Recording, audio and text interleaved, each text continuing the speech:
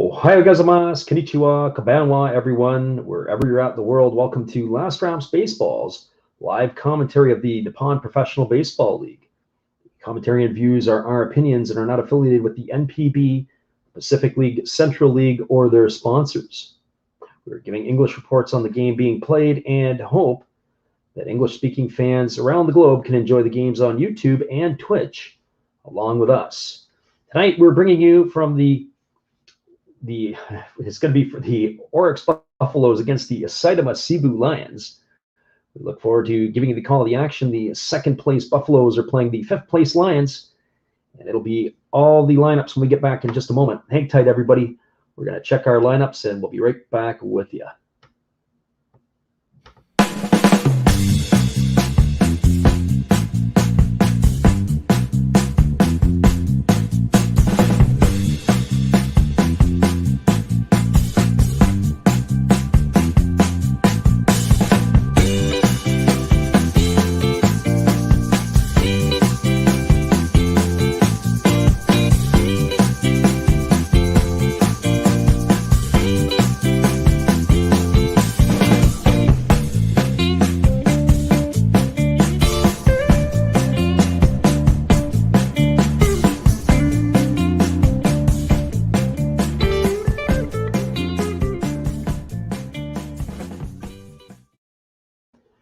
Welcome back, everybody. We're going to give you the lineup tonight for the visitors from Orix, the Osaka team that has traveled to play the Seibu Lions.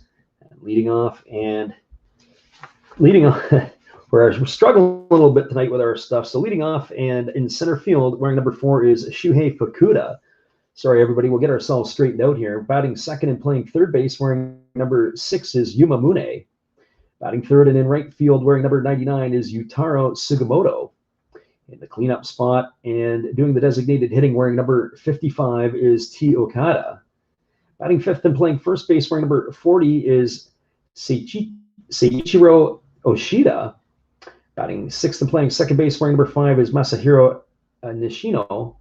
Batting seventh and in left field, wearing number 38, is Ryoto Kida. Batting eighth and doing the catching, wearing number 2, is Kenya Wakatsuki. And batting ninth is the shortstop, number 24, Kotaro Kobayashi. And they are going to be facing the right-hander, Tetsuya Imai. He takes to the hill tonight for the Seibu Lions with a 6-5 record and a 3.72 earned run average. And now the starting lineup for the Seibu Lions. Leading off and playing shortstop, wearing number 6, is Suzuki Genda. Batting second and in center field is Junichiro Kishi. He'll wear number 68. Batting third and doing the catching, wearing number 10, is Tomoya Mori.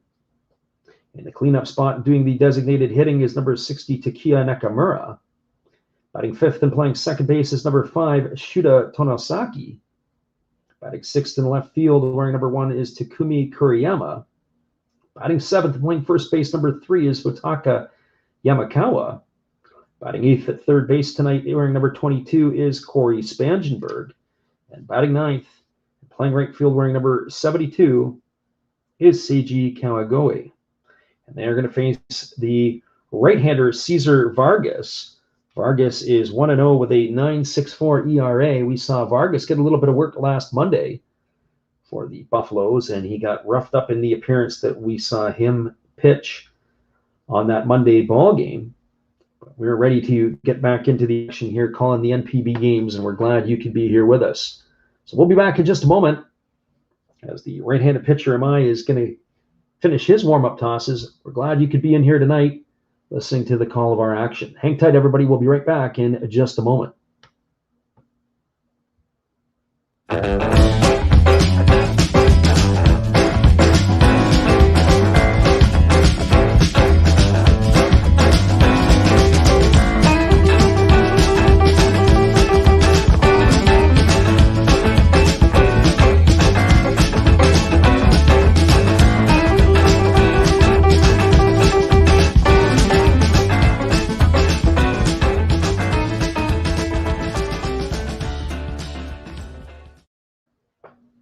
Welcome back, everybody. It is going to be the top of the order coming up for the Orix Buffaloes. It's going to be Fukuda, Mune, and Sugimoto to get things going for the Buffaloes here in the first inning.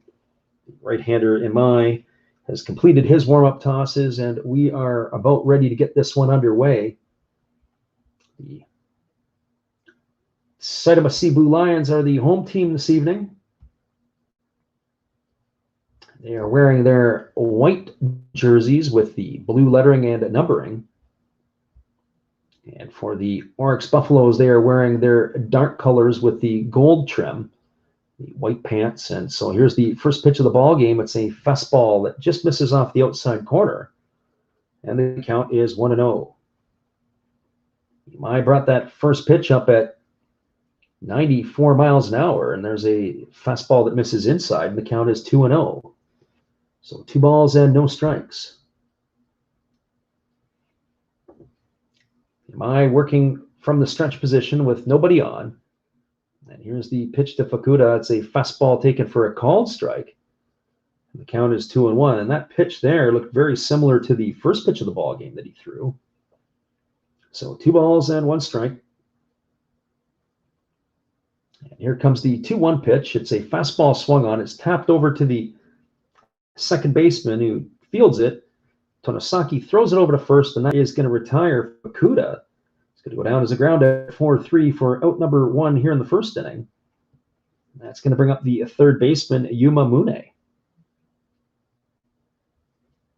For Mune on the season, he's hitting .277. He's got 5 homers and 27 runs batted in. He's having the finest season of his NPB career. He bats from the left side. Right-hander against the left-hander. Imai kicks and delivers, and he throws a fastball outside for ball 1, and the count is 1-0. So 1 ball and no strikes to Mune. Mune has played in the outfield, and he's played at third base when we've seen the Buffalo games this year, and there's a fastball that misses inside, and the count is now 2-0.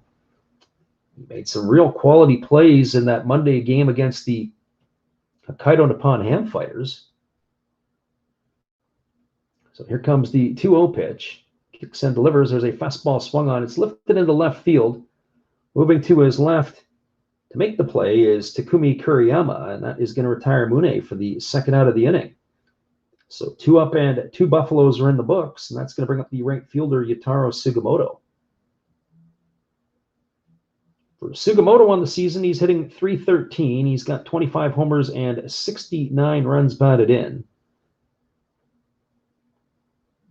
There is no Masataka Yoshida in the lineup tonight, nor is Adam Jones or Steven Moya. And there's a fastball swung on, and this is lifted foul down the right field line. And the count is 0-1. The Buffaloes have not been playing as well as they were about 6 weeks ago. They've tapered off their pace. There's a fastball swung on and fouled away, and the count is 0-2. We say that because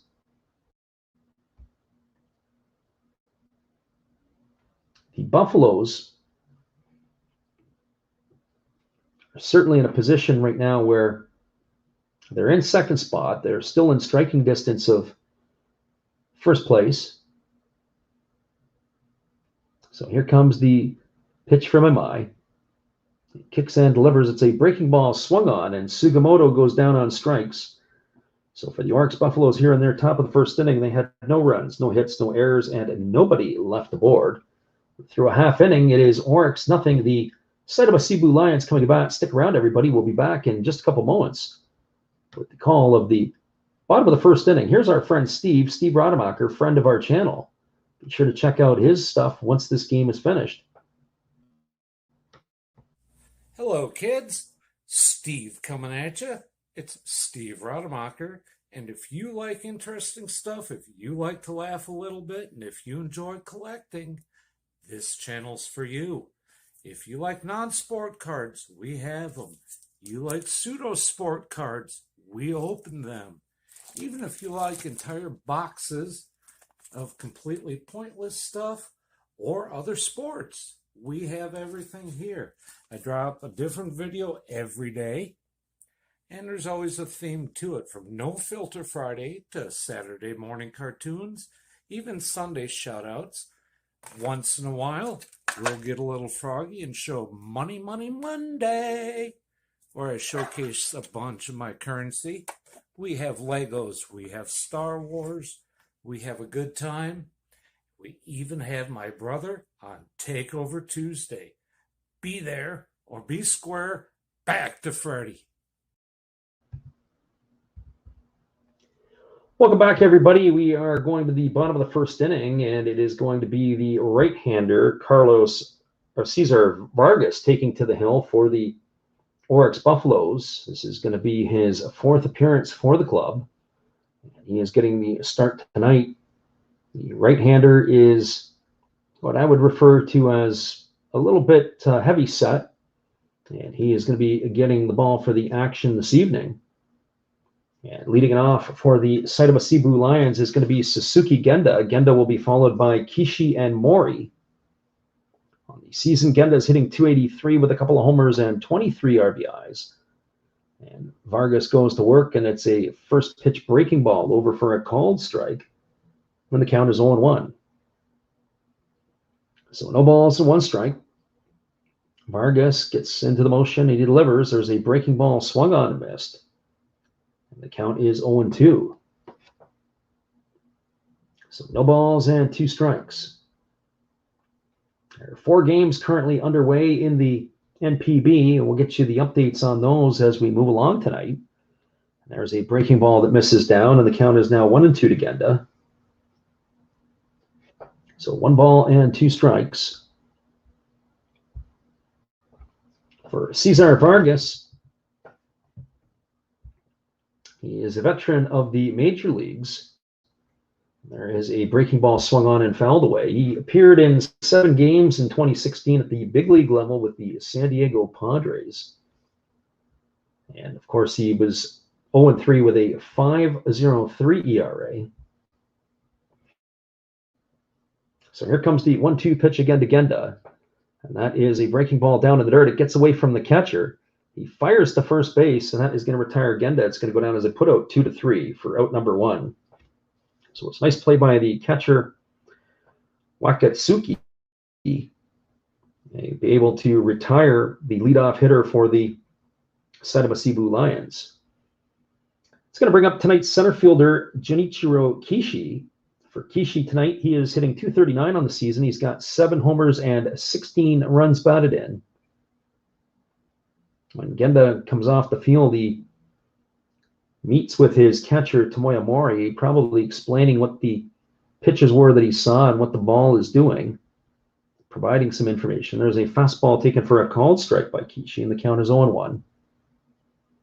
More than likely sharing information of what the ball does and doing what a leadoff hitter should do. And there's a fastball swung on. This ball is driven into the right center field gap. It's going to get all the way to the wall. And Kishi is digging for 2. He's heading around 2. He's digging for 3. Here's the throw to third. It gets by Mune, and it's being backed up by the left fielder, Kita. And Kishi has himself a 1-out triple.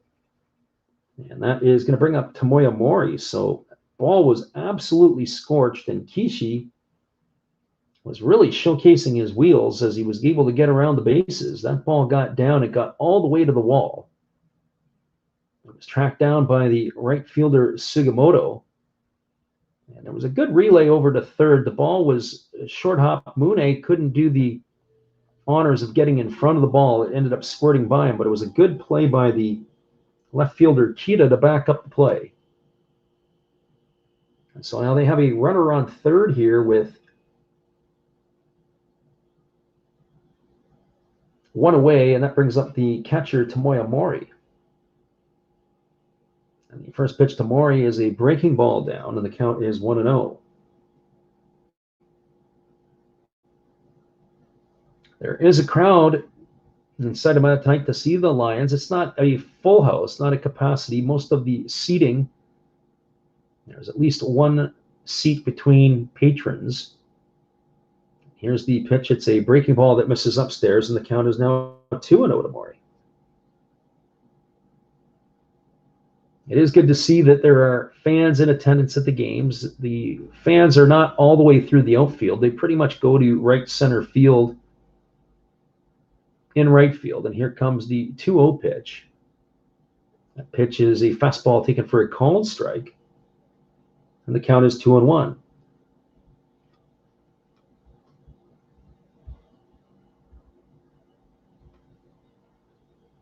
Mori will be followed by the designated hitter, Nakamura. So here's the pitch from Vargas. It's a fastball that misses inside. The count is now 3-1 to Mori.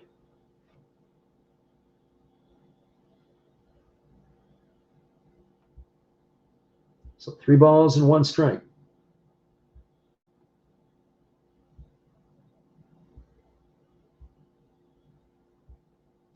Here's the pitch from Vargas. It's a fastball swung on. It's fouled away over on the third base side. That brings the count full now to Mori at 3 balls and 2 strikes. For Mori on the season, he's hitting .324. He's got 9 homers and 34 runs batted in.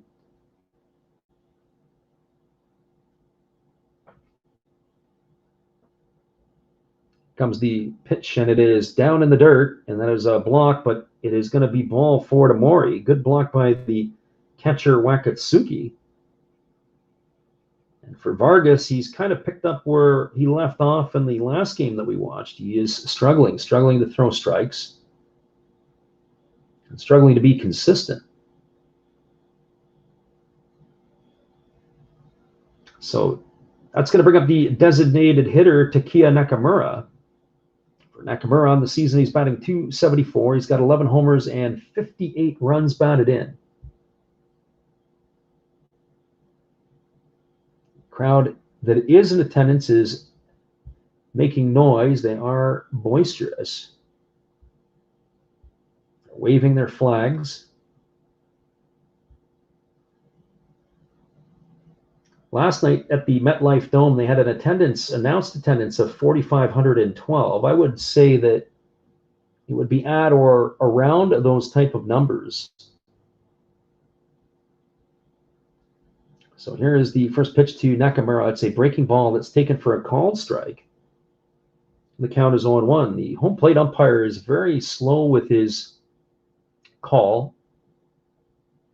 He doesn't necessarily turn. He just sticks the right hand out and points when it's a strike. So here comes the 0-1 pitch to Nakamura. Vargas delivers. It's a breaking ball, swung on and missed.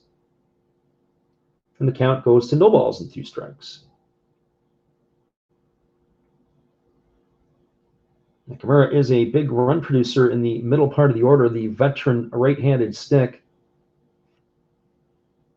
Has been around a long time in the NPB. Here's the pitch from Vargas. It's a breaking ball that misses down and away. It's a good block by the catcher. Wakatsuki has had to really work hard tonight. We're just in the beginning here. This is the 19th season in the NPB, or that Nakamura has seen action in the NPB. He began back in 2003. There again is a breaking ball, and again it is blocked by the catcher, Wakatsuki. The count now goes to 2-2.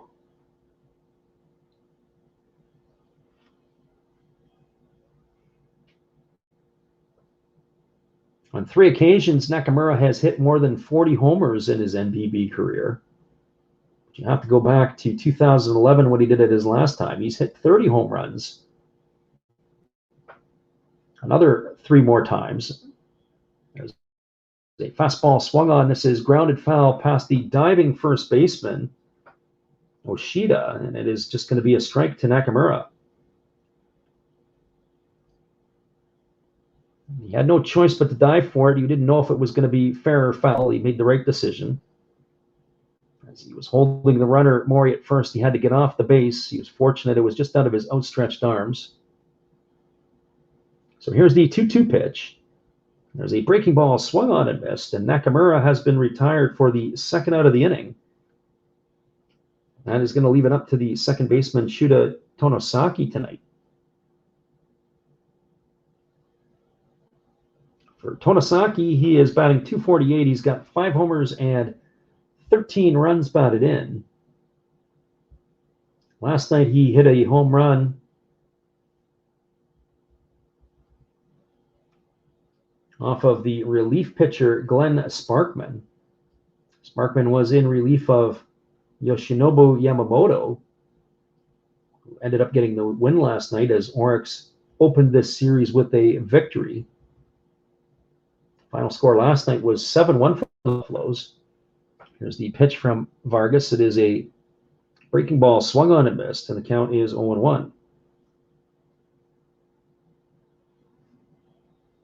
Vargas's breaking ball is a very 12-6 type of pitch. It's got a real motion where it goes up down. Sometimes you'll see guys that they'll be sliders or they have slurves or those type of things. And there's a breaking ball that is called a strike as Tonosaki went a little too far, and the count is 0-2. So no balls and 2 strikes.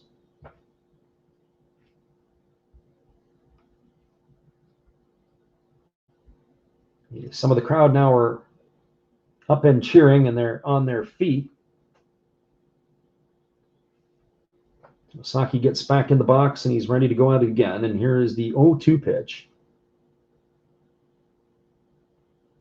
And Vargas gets ready to deliver. He kicks and delivers, and that is a breaking ball that misses down and away. And the count is 1-2. So the runner at third is Kishi. The runner at first is Mori. There's 2 away here in the first inning.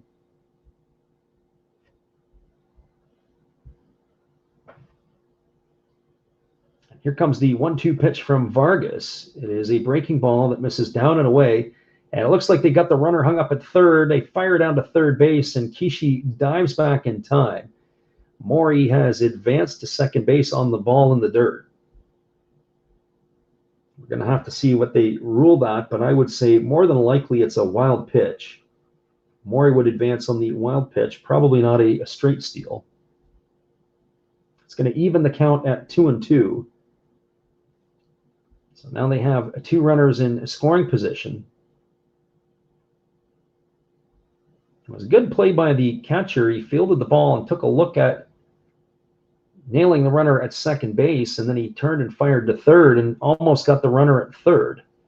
So here's the pitch from Vargas. It's a breaking ball that misses outside. He was looking to walk off the mound to head back to the dugout. The count is 3-2. As we get the replay of the pitch, I don't think it was strike 3. I think that ball broke significantly out of the zone. So here comes the 3-2 pitch. A kick and deliver, and it is a breaking ball down to the dirt. They ask for help over at first base. First base umpire says that Tonosaki didn't go, and the bases are now going to be loaded with Lions here in their bottom half of the first inning. It's going to bring up the left fielder, Takumi Kuriyama.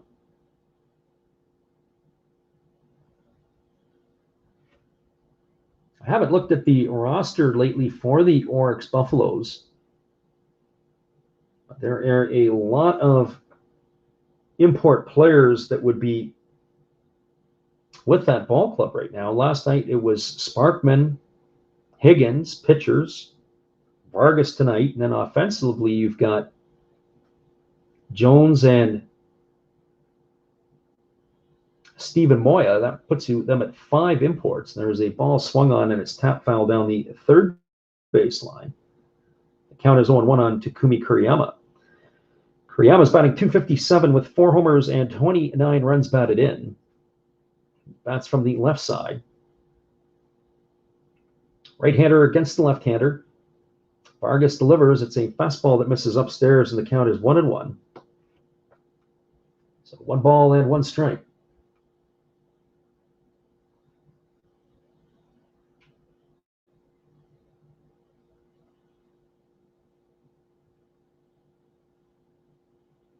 Here comes the pitch from Vargas. It's a breaking ball for a called strike, and the count is now 1-2.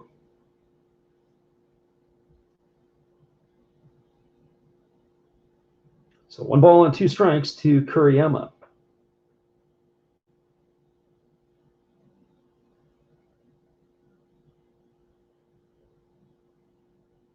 And here comes the pitch from Vargas. It's a breaking ball that misses in, and the count now runs to 2-2. So 2 balls and 2 strikes.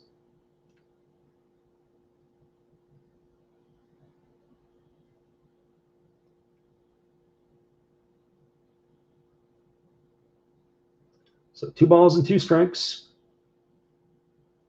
Kuriyama digs in. Vargas ready to go back to work. And here's the pitch. It is a breaking ball swung on and fouled away. And the count remains at 2-2.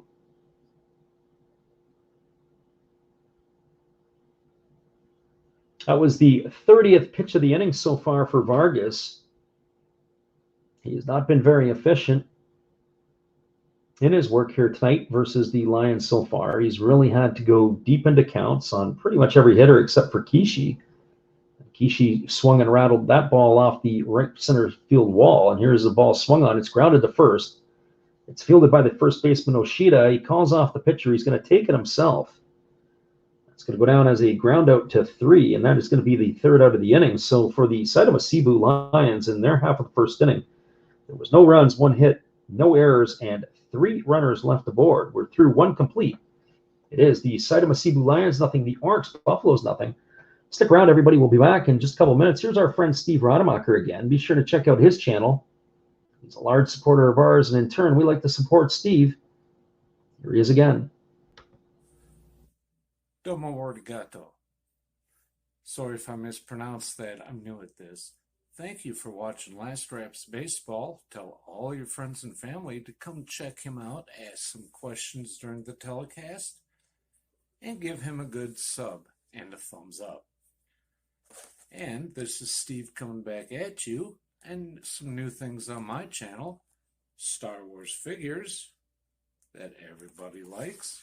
We have Mad magazines from the 1970s. We try to avoid the Noid. And for your pleasure, once in a while, we can open up Michael Jackson if you want, the cards. We have Elvis. We have Sadahar O.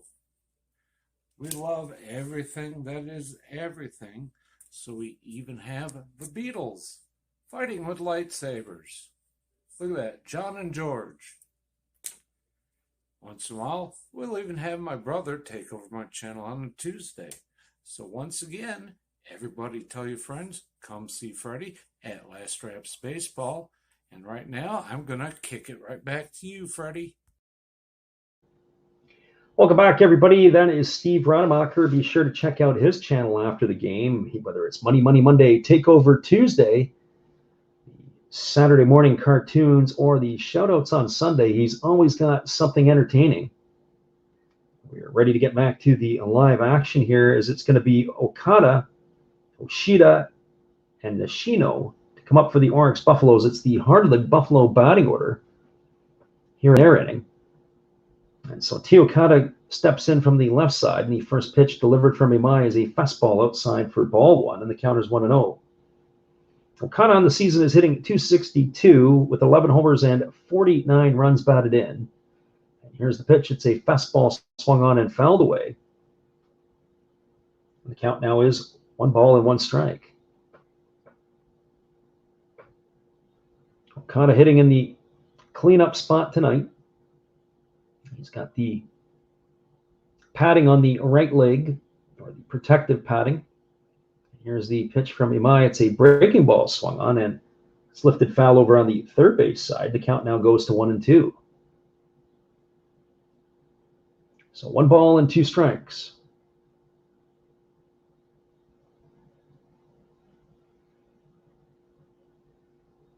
So here's the 1-2 from Imai. Okada waits.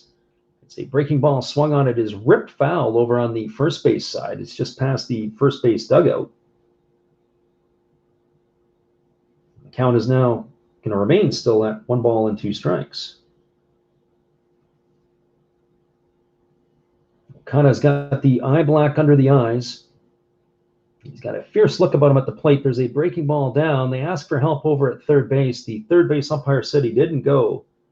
And the count is 2-2. As soon as the ball was in the dirt, they immediately asked for help. Third base umpire says, no, he didn't make the effort. So 2 balls and 2 strikes. So Okada gets himself dug in. Right-hander against the left-hander. Am I working from the stretch with nobody on? He kicks and delivers. And there's a fastball that almost hits Okada. And that is going to make the count 3-2. Okada's got quite a bit of body armor on his right side. So even if he would have just stayed there or maybe leaned into it a bit, he would have more than likely have been protected. So here comes the 3-2 pitch. Imai steps off and he wants to cycle through the signs again with his catcher, Mori. So Mori gives him the signs and we're ready to go back to work. And here comes the pitch from Imai. It's a breaking ball, swung on and missed, and that is going to retire T. Okada for the first out here in the second inning. So 1 up and 1 away. That's going to bring up the first baseman, Seiichiro Oshida. Oshida made a nice play to end the bottom half of the first inning as he fielded the ground ball and raced over to step on the base. He was playing off of the bag with the bases loaded. So he's batting .250 on the season. He's got a homer and 7 RBIs. Whatever is going on right now between the Orix hitters and the pitcher Imai, looks like Imai is ready to go to work, and the Buffaloes are asking for time. There's a fastball swung on. It's grounded to third. It's picked up by the third baseman, Spangenberg. He fires over to first. That is going to retire Oshida. That goes as a ground out, 5-3 for out number 2. That's going to leave it up to Masahiro Nishino. For Nishino on the season, he's only hitting .158. He's got no homers and 1 RBI.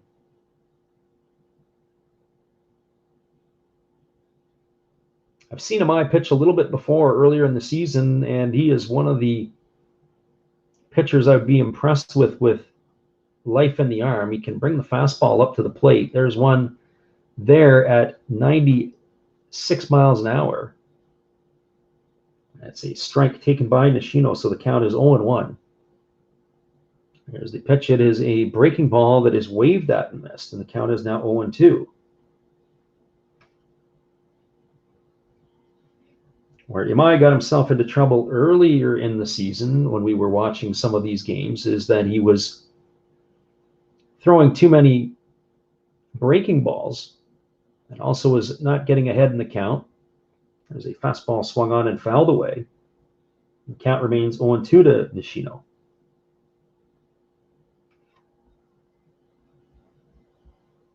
So being able to keep hitters off balance. Here comes the 0-2 pitch. It's a fastball down in the dirt. It gets away from the catcher, Mori. The count now is 1-2. So 1 ball and 2 strikes. And here's the pitch. It is a breaking ball, swung on and missed. And Shino is down on strikes for the 3rd out of the inning. It's the 3rd strikeout of the ball game for Imai, and so for the Buffaloes in their half of the second, no runs, no hits, no errors, nobody left on base. We're moving to the bottom of the second inning. It is the Saitama Seibu Lions, nothing, the Orix Buffaloes, nothing. Stick around, everybody. We'll be back in just a couple moments. Be sure to check out our friend Steve Rademacher and his channel. When you get a chance, here he is again, the clean-shaven Steve. Hello, friends. Steve coming back at you, a clean-shaven Steve. Thank you for watching Last Reps Baseball, and please continue to support my channel among others, like Another Hollis Build, awesome commercial. And now I'll show you a few more things that we do have. We have toys, like this bobblehead Star Wars on wheels. We have Noids. We can't keep avoiding them forever. We do have Legos. Love my Legos. We have Origami Folder. Check him out. He's new into this, getting started, has good following already. We have Redbeard Breaks.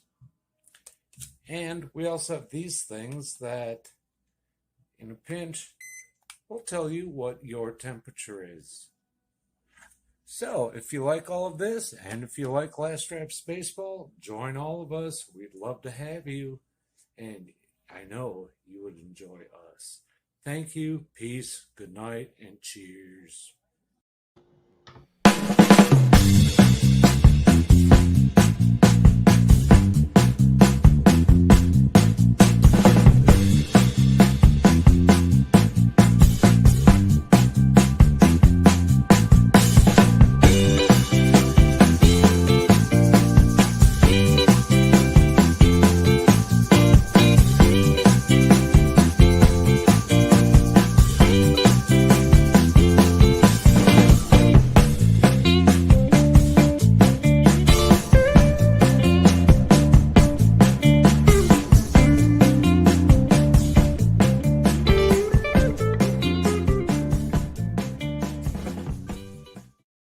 Welcome back, everybody. We are back underway, and the first two pitches to Hotaka Yamakawa have been taken for called strikes, and it's quickly 0-2 to him.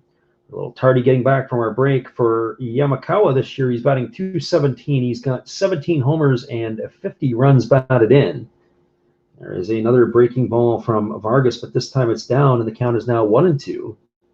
So 1 ball and 2 strikes. Vargas, the right-hander, going to work here to face the right-handed stick of Yamakawa, and there's a breaking ball again that misses down, and the count is 2-2. Vargas is definitely in love with his breaking ball tonight. He's thrown a steady diet of it to the Seibu hitters, and there's a fastball swung on. That is going to retire Yamakawa for the first out of the inning, so 1 up and 1 away. That is going to bring up the third baseman, Corey Spangenberg. For Spangenberg on the season, he's hitting .221. He's got 5 homers and 22 runs batted in.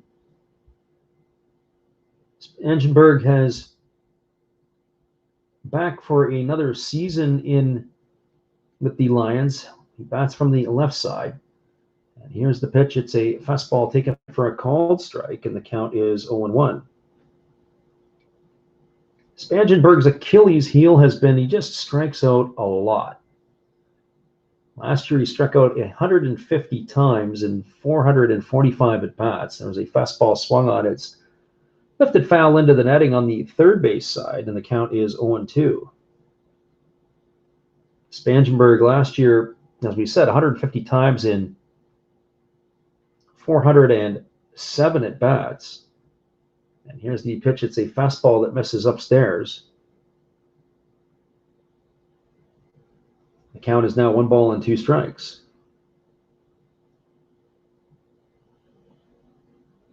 And here comes the pitch from Vargas. It's a breaking ball swung on and missed. That retires Spangenberg on strikes for the second out of the inning. It's going to leave it up to the right fielder, Seiji Kawagawa. He's getting the start in right field tonight. He's hitting .286 with 5 homers and 9 runs batted in. Just to finish off with Spangenberg, who's got 172 at-bats this season, and he's struck out 62 times. It's over 40% of the time. So here we go. Right-hander against the left-hander, and Vargas delivers. It's a breaking ball that misses off the outside corner, and the count is 1-0 to Kawagawa. Vargas gets the sign from his catcher, Wakatsuki, and he goes ready to back to work, and there is a breaking ball swung on and missed. And the count is now 1-1. It's an interesting grip, the way Vargas holds that breaking ball, that curveball. His fingers are really spread apart on the ball as he turns it over, and there's a fastball that misses outside. And the count is 2 balls and a strike. So 2 balls and 1 strike. Vargas, ready to go back into the action. He goes to the windup. He kicks and delivers. There's a breaking ball that's taken for a called strike. Count is now even at 2-2. So Vargas does have some stuff. He's got 4 strikeouts here in the inning and 2/3 of work, and he's setting himself up for another one here. He rocks into the motion. He kicks and delivers. There's a breaking ball, and they said he went. Home plate umpire had no problems in ringing him up. So for the Seibu Seibu Lions in their half of the inning, they had no runs, no hits, no errors, nobody left on base. All the hitters struck out. Moving to the top of the 3rd inning, it is the Orix Buffaloes nothing, the Seibu Seibu Lions nothing. Stick around, everybody. We'll be back with the call in just a moment. We're glad you could join us here tonight. Just a reminder, we'll be back on the airwaves tomorrow at 11:20 Pacific time or 2:20 on the East Coast. As we are going to be calling the game between the San Francisco Giants, Chicago Cubs. So hopefully you guys can join us for that. Here's our friend Matt. This is Matt Hollis. Well, you've got to have an ace in the hole, a little secret that nobody knows. Life is a gamble, a game we all play, but you've got to save something for a rainy day. You've got to learn to play your cards right if you expect to win in life. Don't put it all on the line for just one roll. You've got to have an ace in the hole.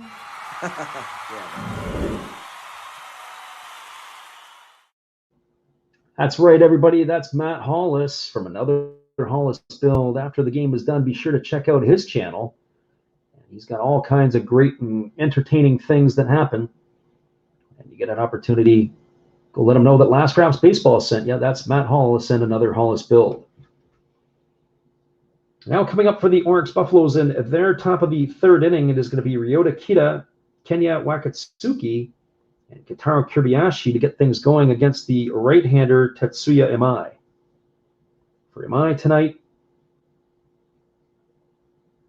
he has retired all 6 batters he's faced. He's got 3 strikeouts to his name. So right-hander against the left. The first pitch is a breaking ball that misses down, and the count is 1-0. For Kita on the season, he's batting .241. He's got a couple of homers and 7 runs batted in. There's a fastball taken at the knees for a called strike, and the count is 1-1. So 1 ball and 1 strike. And here's the pitch. It is a fastball that misses down, and the count is now 2-1 to Kita.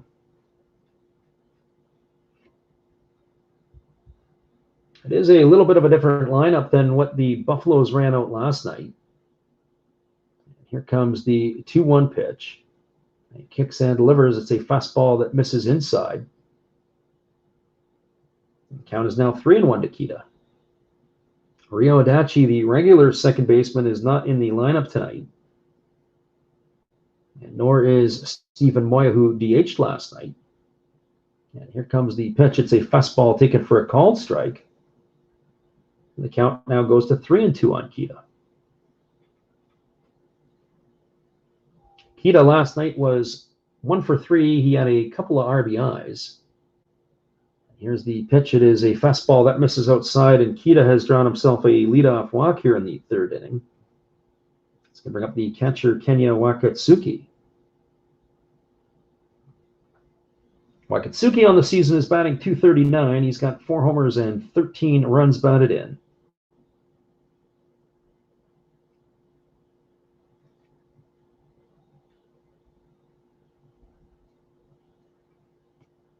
Wakatsuki had the start last night behind the plate. He was 2 for 3 in that 7-1 victory.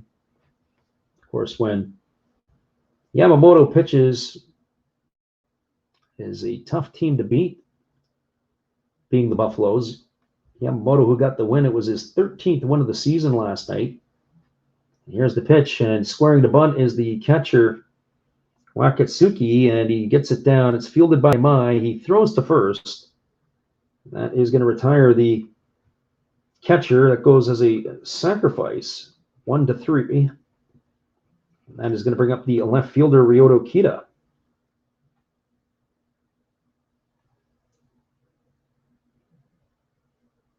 Check that. That moves Kita to second base. It brings up the shortstop, Kotaro Kobayashi. Sorry, everybody. Make sure I'm reading my notes properly. Sometimes I get a little bit confused. Looking at one thing, but I'm thinking the other. So here we are back to the action. There is one away. Mai checks the runner at second. He kicks and delivers, and it's a breaking ball that misses down and away to Kobayashi. The count is 1-0. Kobayashi on the season's batting .218. He's got 5 homers and 28 runs batted in.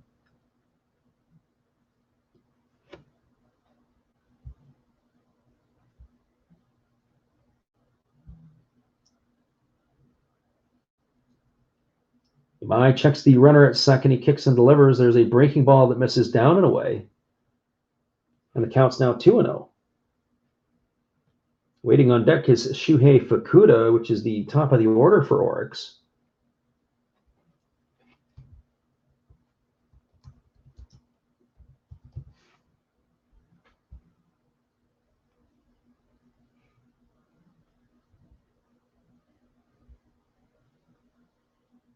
So here comes the 2-0 pitch.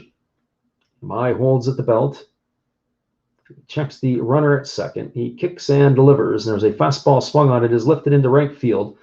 Moving back over to his left is the right fielder, Kawagawi.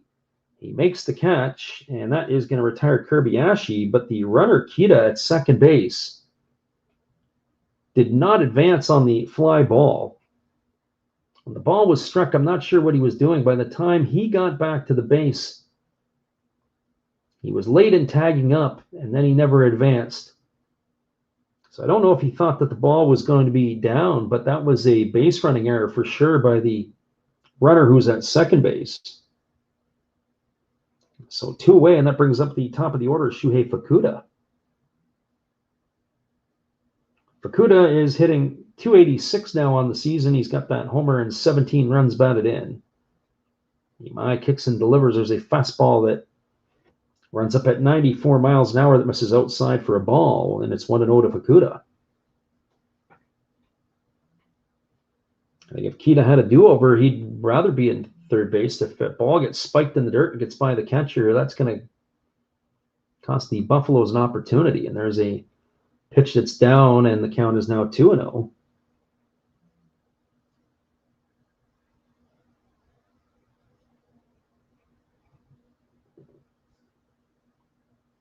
So 2 balls and no strikes to Fukuda.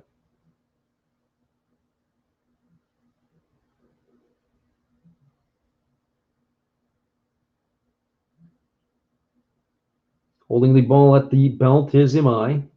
He checks the runner at second. He kicks and delivers. There's a fastball that misses upstairs, and the count is 3-0. So 3 balls and no strikes.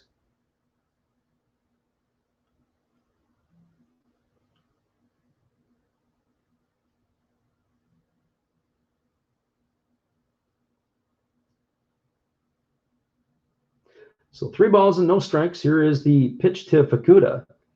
There's a fastball taken for a called strike that splits the plate in half, and the count is now 3-1. So 3 balls and 1 strike. Fukuda will be followed by Yumamune, should he find a way on base.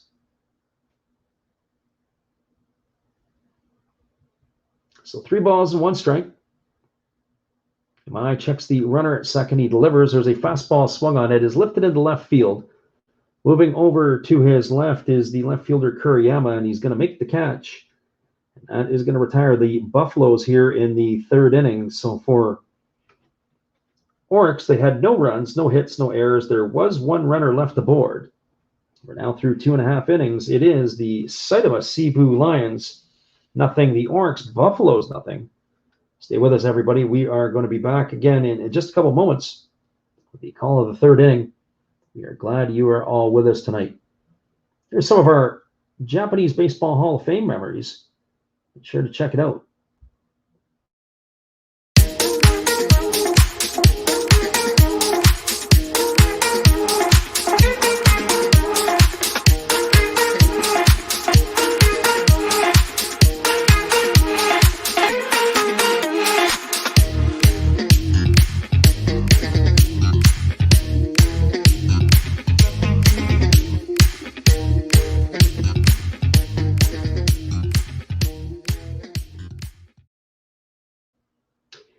Welcome back, everybody. Cesar Vargas is just about to complete his warm-up tosses, and we're ready to resume the action.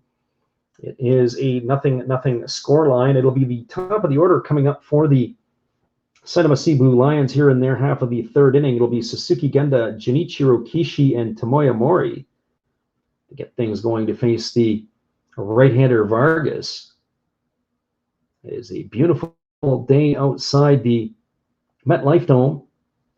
As you can see the sun, it is beautiful and sun is shining. It's a really neat configured stadium. It has got some open air. There is good air circulation. So we're ready to get this one back underway. So here we go. Vargas, the right-hander, Genda, the left-hander. And here's the pitch from Vargas. It's a breaking ball swung on, is lifted into left center field. And that ball is going to get over the head of the left fielder, Kita. It's up against the wall. And I'm not sure if that ball is going to get in or not, or if what's happened in that we lost our feed for a moment there. So we're going to have to check that one again. Kita on his horse. He reaches out, and he is going to be able to make that catch. And so Kita has made the catch. Sorry to everybody there. There's Phil Cantillon in the house. It was kind of a weird situation. It looked like he had missed that ball. Apparently, we got to get our glasses checked. So he is the first out of the inning, Genda. That is one pitch and one away. And that is going to bring up the center fielder, Junichiro Kishi. Kishi tonight is 1 for 1. He tripled his first time up. Takes a breaking ball for a ball, and the count is 1-0. Kishi hammered an 0-1 pitch back in the first inning into the oppo gap. And he was safe, making it all the way around the bases to third. There's a breaking ball taken for a called strike, and the count is 1-1. So 1 ball and 1 strike. Vargas seems to have settled down a little bit here after that rocky first inning. There's a fastball swung on. It's grounded to Mooney at third. He backhands the ball. He fires across the diamond, and that is going to retire Kishi. This is a ground out 5-3. And that is going to leave it up to the catcher, Tomoya Mori. Mori tonight does not have an official at bat. He walked his first time up. He's batting .324 on the season with 9 homers and 34 runs batted in. Vargas already on the mound, ready to go back to work. And Mori gets himself set in the batter's box, and we're ready to get this one rolling. And Vargas gets the sign from his catcher, Makatsuki. He kicks and delivers. There's a breaking ball swung on that's fouled away. And the count is 0-1.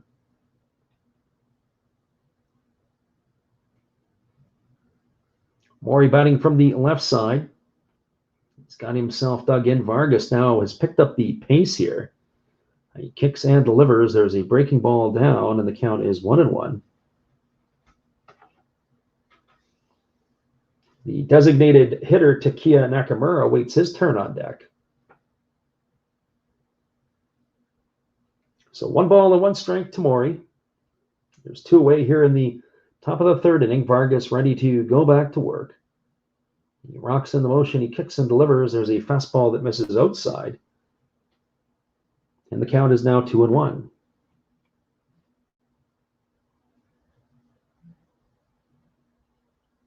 Vargas gets the sign from his catcher.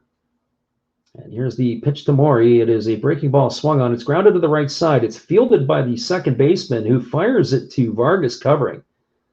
The first baseman, Oshida, had dove and had missed the ball. It was picked up by Deshino, and he flips it over to the pitcher covering. That goes as a ground out, 4-1 for the third out of the inning. That is going to do it for the Lions in their half of the third. So there was no runs, no hits, no errors, and nobody left the board.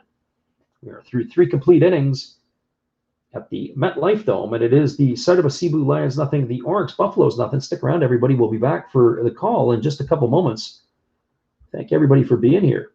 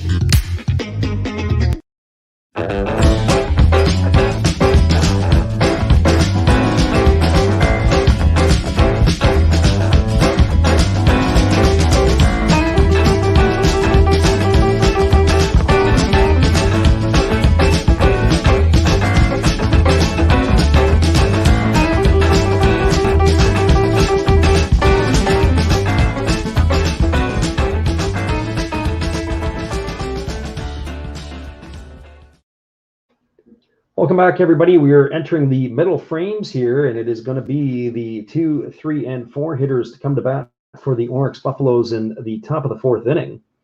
Yuma Mune, Yutaro Sugimoto, and T. Okada are going to get things going here in their half of the 4th inning. Yuma Mune tonight is 0 for 1. He flew out to left field his first time up.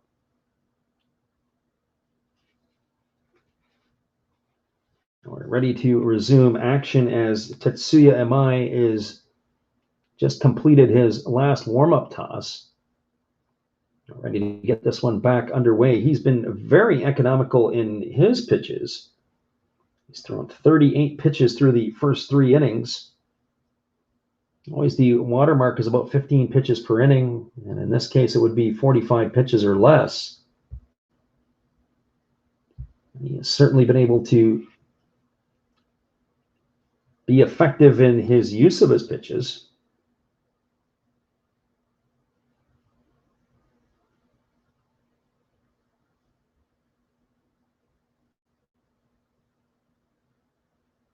And here's the first pitch. It's a fastball delivered to Mooney and fouled away.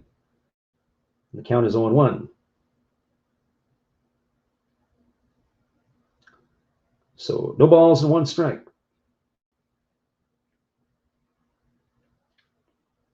We were saying earlier that Imai has been able to bring it up to 95, 96 miles an hour tonight in his starting role. And here's the pitch. It's a fastball that this is inside. That one was at 95 miles an hour. The count is 1-1 to Mune. He's got some big league stuff in terms of his fastball. And here's the pitch. It's a breaking ball that's taken for a called strike. The count is now 1-2 to Mune.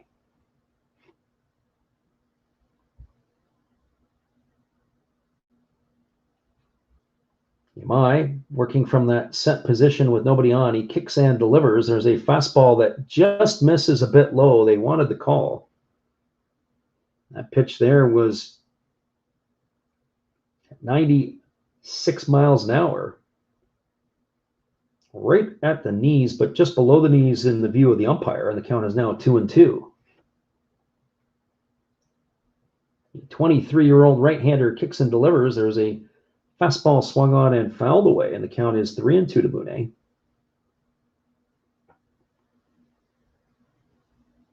This is the 19th appearance of the season for Imai.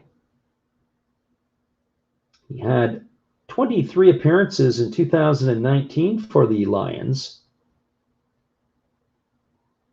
He's a career record of 21-23 at the NPB level. And here comes the pitch to Mune. It's a fastball taken for a called third strike at 95 miles an hour at the knees, and that is going to retire Mune for the first out of the inning. I'm not sure what Mune was looking for, but it sure wasn't the fastball at the knees, and that is going to be the 4th strikeout of the ball game for Imai.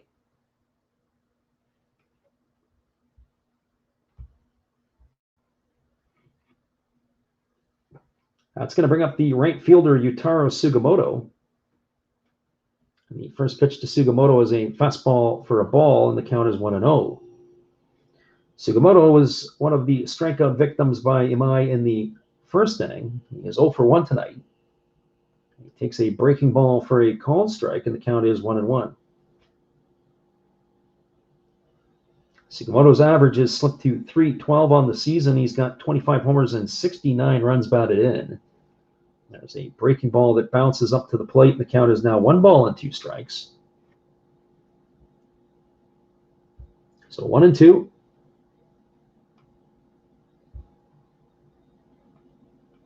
Sugimoto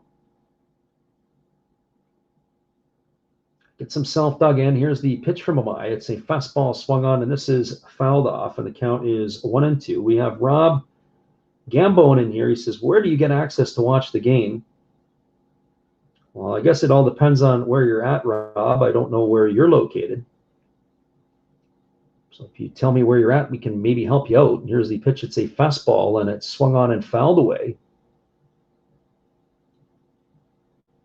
The count is still 2-2 to Sugimoto. So 2 balls and 2 strikes.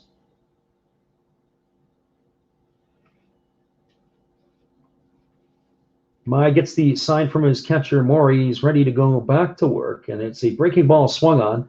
It's dropped by the catcher, Mori. He fires to first base, and that is going to retire Sugimoto. Got down as a strikeout, 2-3 for the second out of the inning. So Rob says he's in Philadelphia. He just got back from the Phillies game a few hours ago. If you're in the United States listening to the games, they do carry the games, or they were carrying the games on DAZN. Of course, you have to pay for that package, and I'm not sure in the United States how these games are picked up, but that's something that you can do. And I don't know if it's in English or in Japanese. There's a first pitch fastball that misses down, and the count is 1-0. Some people will come into our stream and link the play-by-play that we're doing to the game that they are watching. There's a fastball taken for a called strike, and the count is 1-1. So 1 ball and 1 strike to Okada.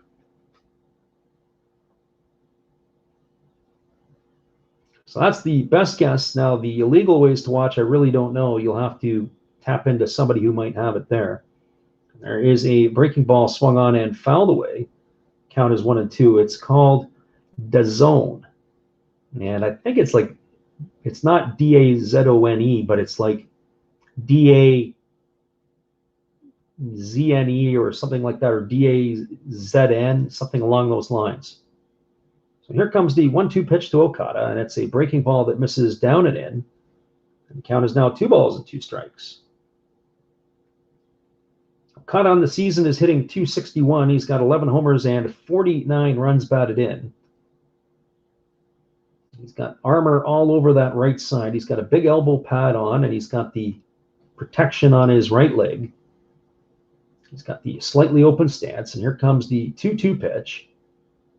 It's a breaking ball that misses down, and the count is now 3-2.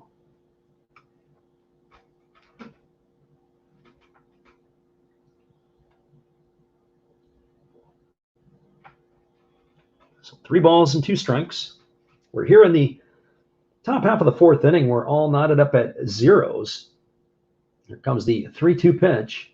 It's a breaking ball swung on, and Okada has gone down on strikes for the 3rd out of the inning. And so for the Orix Buffaloes, they go 1-2-3, all by the way of the strikeouts. So no runs, no hits, no errors, and nobody left on base. We're moving to the bottom of the 4th inning. It is the Orix Buffaloes, nothing. The Seibu Seibu Lions, nothing. Stick around, everybody. We'll be back in just a moment. Here's our friend Matt. Be sure to check out his channel on YouTube after the game. This is Matt Hollis. Good evening, ladies and gentlemen. Namaste. Hey, I hope you guys have been enjoying the game. My name is Hollis. I've got a YouTube channel called Another Hollis Build. I love baseball cards. I open up brand new product for you guys. I open up old stuff. I do breaks. I do auctions. All kinds of stuff concerning baseball. I'm Friars faithful, Padres to the end. I also love Garbage Pail Kids and my animals. I have a ton of animals. It's like a mini petting zoo here around my house. I also love my city. San Diego, baby. I take you all around the city and show you what's up. If you guys dig stuff like that, cruise on over and check it out. It's Another Hollis Build. If you dig it, subscribe. I'd really appreciate to have more follow me along on the journey. Hey, either way, you guys have a wonderful day or a beautiful, beautiful evening. No matter which one it is, make sure that you make it great, my friends. Big up Last Raps Baseball. Yeah, Freddie, let's go. One love and peace. Yeah, man.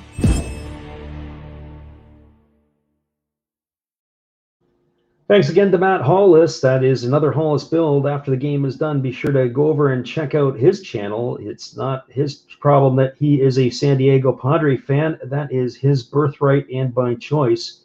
We still like Matt anyway, despite the fact he is a Friar faithful. We've got the heart of the batting order coming up for the Seibu Seibu Lions here in the 4th inning. It's going to be Takeya Nakamura to get things going. Shuda Tonosaki and Takumi Kuriyama will follow, and here's the first pitch to Nakamura. It's swung on, it's grounded to third. Mune picks it up, he fires to first, and that is going to retire Nakamura. 1 pitch and 1 away here in the bottom of the 4th inning. It's going to bring up the second baseman tonight, Shuda Tonosaki. For Tonosaki, he is he's 0 for 0 tonight because he walked his first time up. He's hitting .248 on the season, and he's got 5 homers and 13 runs batted in. He gets himself dug in at the plate, ready to go. We've got right-hander versus the right-hander. Vargas goes to work. He kicks and delivers. There's a breaking ball taken for a called strike, and the count is 0-1. What we see with Vargas is he's really over the top. He does have a lot of downward taper on his fastball. And his breaking ball is quite 12-6. And there is a breaking ball right there taken for a call strike. Just on the outside corner, and the count is 0-2. So no balls and 2 strikes. Tonosaki's got a very open stance. He kicks and delivers. There's a breaking ball down, and the count is 1-2. So 1 ball and 2 strikes.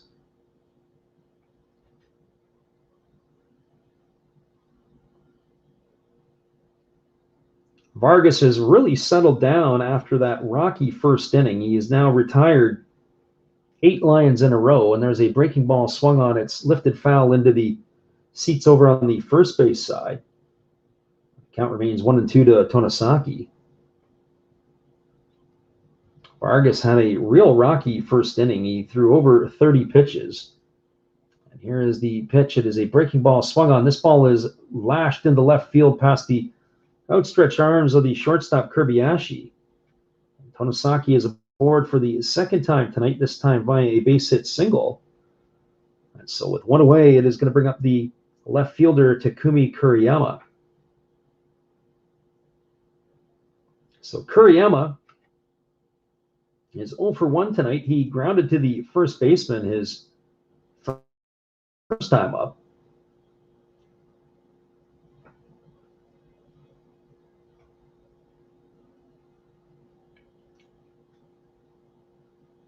The runner at first is Tonosaki. He establishes himself and gets his lead.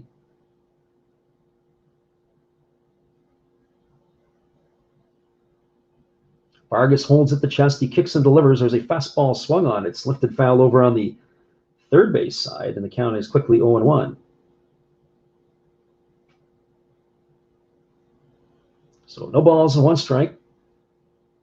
The Lions fans are certainly festive tonight. There's not a ton of them. The park is not full. So no balls and 1 strike. Here is the pitch to Vargas, from Vargas, and it's just off the outside corner, and the count is 1 ball and 1 strike.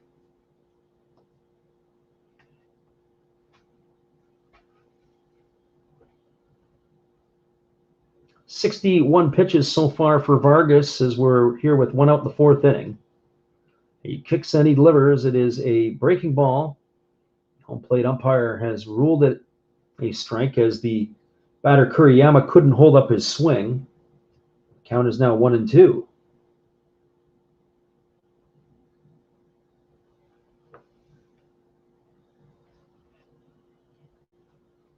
Kuriyama, who got the start in left field tonight, stands in and waits for the offering from Vargas, and he kicks and delivers. It's a breaking ball swung on. It is lifted into center field. Camping out underneath it is the center fielder Fukuda. He's going to make the catch. That will retire Kuriyama for the 2nd out of the inning. That's going to leave it all up to the first baseman Hataka Yamakawa. Yamakawa tonight is 0 for 1. He struck out his first time up.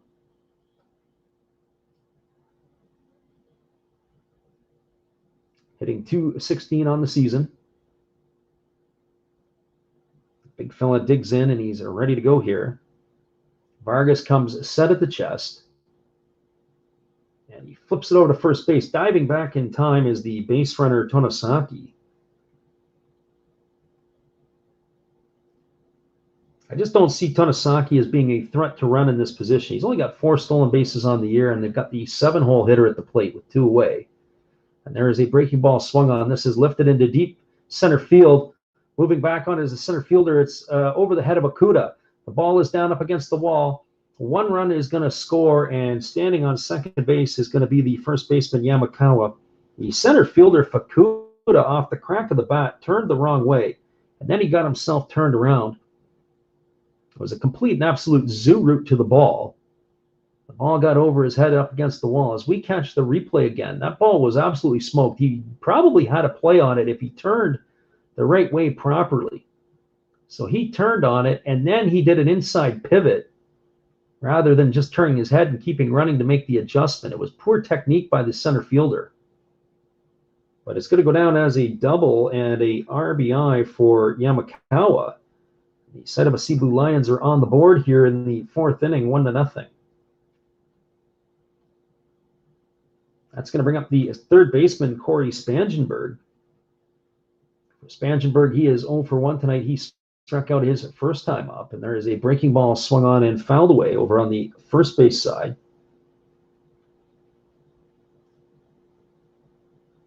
So 0-1 to Spangenberg. Spangenberg's average has slumped to 220 on the season. He's got 5 homers and 22 RBIs. I'd really be shocked to see if he was back in the NPB next year. And here's the pitch from Vargas. It's a fastball that misses upstairs. He's not been able to make the adjustments that the Japanese league pitchers have been able to do to him. It's a little bit too bad. He was originally a first-round pick of the San Diego Padres. Here comes the 1-1 to Spangenberg, and there is a fastball swung on. This ball is lifted to deep right field. Back on the warning track is the right fielder Sugimoto, and he's going to watch that one sail into the seats. And that is going to be the 6th home run of the season for Spangenberg. And in fairness to Spangenberg, when he does get hot, he could potentially carry these Lions for a couple of weeks or so. He just hasn't been hot enough in his time in Saitama. Certainly they'll take that on. That's a 2-run homer. That is going to bring up the right fielder, Seiji Kawagawa. That pitch hung up, and he absolutely obliterated it. That was a no-doubter. That was a good, solid 8 to 10 rows into the seats in right center field. So he's getting a lot of air pumps as he went back to the dugout. Not too many high fives. So Spangenberg, with the 2-run homer, extends the lead for the Lions to 3-0. Here's the pitch to Kawagawa, and he swings and he spins right into the ground. The count is 0-1. He tried to repeat Spangenberg's feat. It looked like he wanted to take that 1 yard. His average has slipped to 281 on the season. He's got 5 homers and 9 RBIs. So Kawagawa batting in the 9-hole spot, takes a breaking ball down, and the count is 1-1. So just to show you how important that one was, so Yamakawa's double had Fukuda defensively defended it, turned properly. And so what we have to understand is when he made his break, he took his break, and instead of just turning his head the other way and continuing to run, he actually kind of did an inside pivot where he drop stepped, got turned around, and then the next thing you know, that ball's over his head and it's up against the wall. If he just turns, goes, and changes his head direction and runs it down, there's probably a good chance that he catches that ball. And here comes the pitch from Vargas. It's a fastball taken for a called strike. Count is now 2-2. So then, of course, the next hitter, Spangenberg, deposits that ball into the seats, and it's now a 3-0 ball game.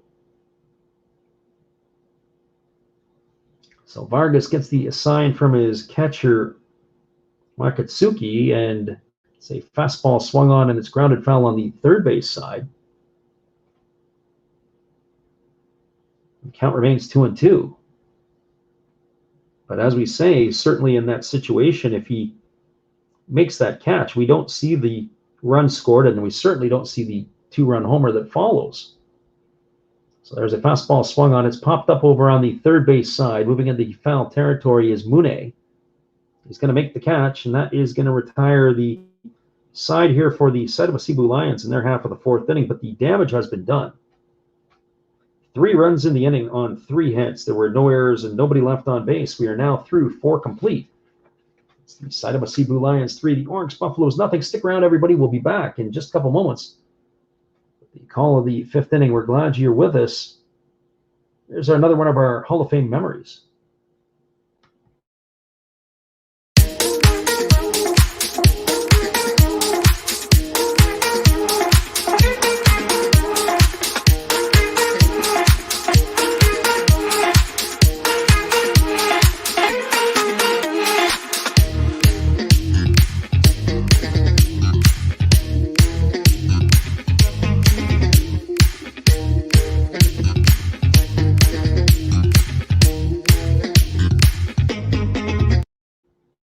Welcome back, everybody. We are going to be cruising to the top of the 5th inning. It's a 3-0 lead for the Seibu Lions. We'll be back in just a moment after these tunes to give you the call of the top of the 5th.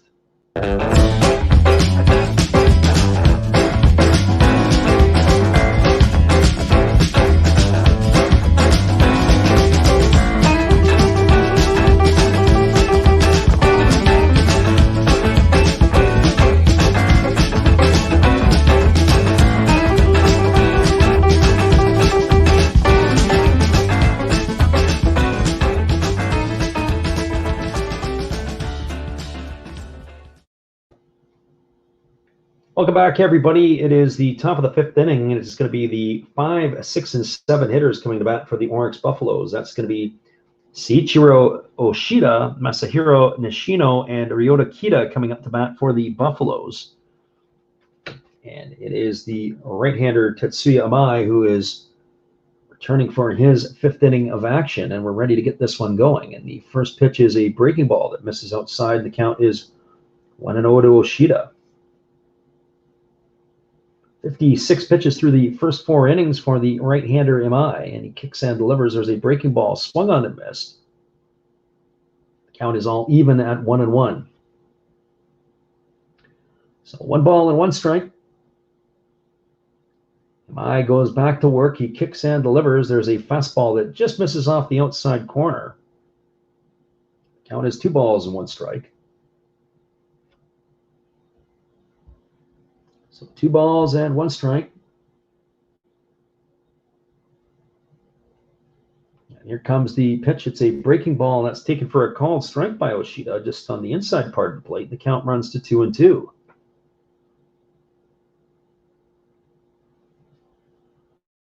Oshida's made a couple of nice plays over at first base this evening. He's got that slightly open stance at the plate. Here comes the pitch. It is a breaking ball swung on and missed. Mori's going to have to fire it down to first base to the first baseman Yamakawa, and that is going to retire Oshida. That goes as a strikeout, 2-3 on the putout.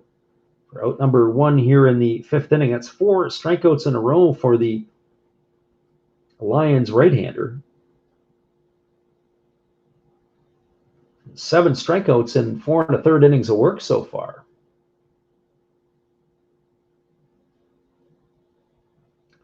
Here we are back to the live action, and Imai goes into the motion. He delivers, and it's a fastball taken upstairs for ball 1.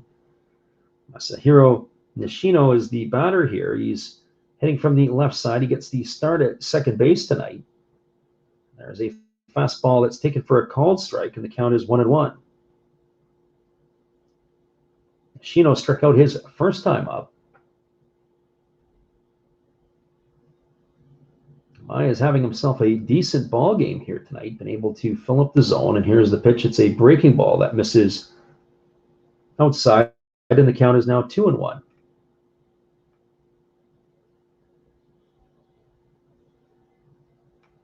So 2 balls and 1 strike.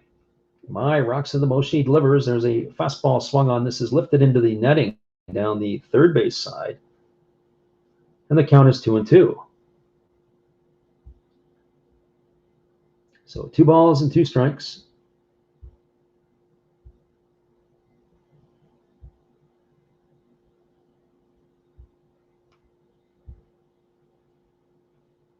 And here comes the pitch from Imai. It's a fastball that backs Nishino off the plate. The count is 3-2. And Nishino gives a definite stare down to the pitcher. He wasn't impressed that the fastball had moved him off the plate like that. It'll be interesting to see how Imai comes back and how Nishino responds here with the count at 3-2. As a breaking ball swung on, it's grounded back to the pitcher. Imai throws a lollipop to first base. That's going to retire Nishino. That goes down as a ground out, 1-3. For out number 2, and that is going to bring up the left fielder, Ryoto Kita. So Kita tonight walked his first time up. He was the first base runner for the Buffaloes in the ball game. He's got a .241 batting average. He's got a couple of homers and 7 runs batted in. Right-hander against the left-hander. Imai goes into the motion. There's a fastball swung on. It is lifted foul. Is going to reach the seats, and the count is no balls and 1 strike. So no balls and 1 strike.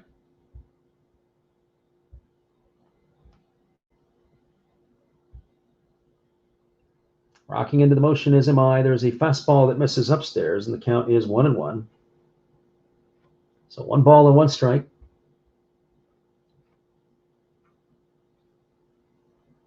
Imai gets ready to go to work again. He goes into the motion. There's a fastball that misses outside, and the count is 2-1. So 2 balls and 1 strike.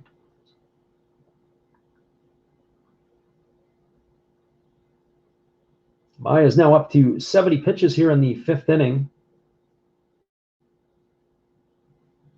Here comes the pitch. He delivers. It's a fastball taken for a called strike, and the count is 2-2. This game has had a really good pace to it. Only the last half inning for the Seibu Lions where there were runs scored. And here comes the pitch. It is a breaking ball swung on and fouled away, and the count remains at 2-2. But like most of the games in the NPB, we always find that about after the 6th inning is where the games start to come to a grinding halt, where they have the pitching changes and everything else takes place. So here's the 2-2 pitch. It's a breaking ball swung on. They say he went. Catcher Mori is going to fire down to first base, and that is going to retire Kita. That's going to go down as a strikeout, 2-3. For the Orix Buffaloes, that is going to end their inning. They go down 1-2-3. There was no runs, no hits, no errors, and nobody left the board. You're now through 4.5 innings. It is the Orix Buffaloes trailing the Seibu Lions 3-0. Stick around, everybody. We'll be right back in just a couple moments with the call of the bottom of the 5th inning. We're glad you are with us. Here's our friend Steve again. Hello, and we'll be right back to Last Straps Baseball after this brief message from me, Steve Rademacher. Thank you all for watching my channel and supporting me. Thank you all for supporting Freddie and Last Straps Baseball. He does an awesome job commentating. And to show you some more stuff that you can see on my channel, we have shiny Pokemon cards. We have Hall of Fame quarterbacks like Brett Favre. We have Bo Jackson playing baseball. That's right. That's his rookie card. Very nice. We even have gold. We have gold. We have wrestlers. That's Rowdy Piper. And yes, we even have Jason Stokes and many ways to destroy him. So now, thank you again. Back to your regular program with your host, Last Straps Baseball. Thanks again, Steve. That's Steve Rademacher, a friend of our channel, and be sure to check him out on YouTube at Steve Rademacher. He's got Money Monday, Takeover Tuesday, his No Filter Friday, and his Shout Out Sundays are always entertaining. Be sure to check his channel out once this game is done. And so here we go. At the bottom of the 5th inning, it is going to be Suzuki Genda to lead it off against Cesar Vargas, and he takes a breaking ball over for a called strike, and the count is quickly 0-1. Genda tonight is 0 for 2. He struck out his first time up, and he flew out to left his last time up. And here's the pitch. It is a breaking ball swung on and fouled away, and the count is 0-2. So no balls and 2 strikes.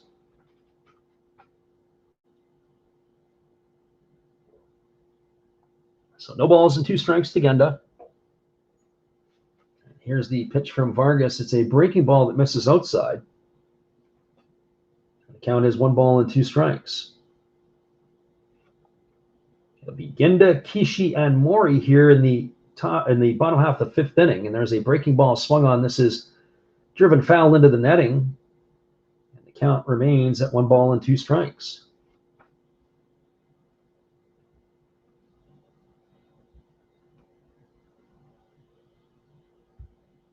So Vargas works quickly, he goes back to work, and there's a breaking ball down, and the count now is 2-2.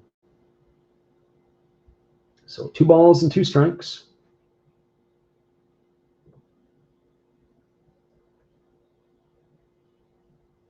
Right-hander against the left-hander. Vargas gets himself the sign from his catcher, Wakatsuki. Goes back to work. There's a fastball that misses down and away, and the count is 3-2. So 3 balls and 2 strikes now to the leadoff hitter. And here we go back to the action, and Vargas delivers a fastball upstairs, and that is going to be ball 4. And Genda's got himself a leadoff walk here in the 5th inning. Suzuki Genda is a threat to run. He has this season got himself a number of stolen bases. He's ratcheted up 23 on the campaign. This is his 5th season in the NPB. He's 3 times stolen over 30 bases, and he's well on pace to do that again this year. This is going to bring up Junichiro Kishi. Kishi tripled in the 1st inning and grounded out to 3rd his last time up. He's already squaring the bunt, and here comes Vargas, but he flips it over to the first baseman Oshida, and diving back in time is the base runner Genda.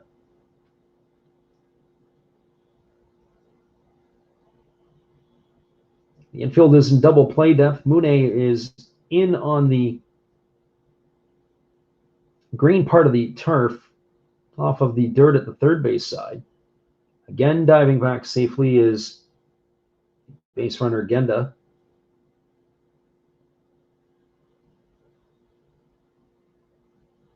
As Vargas throws over to first.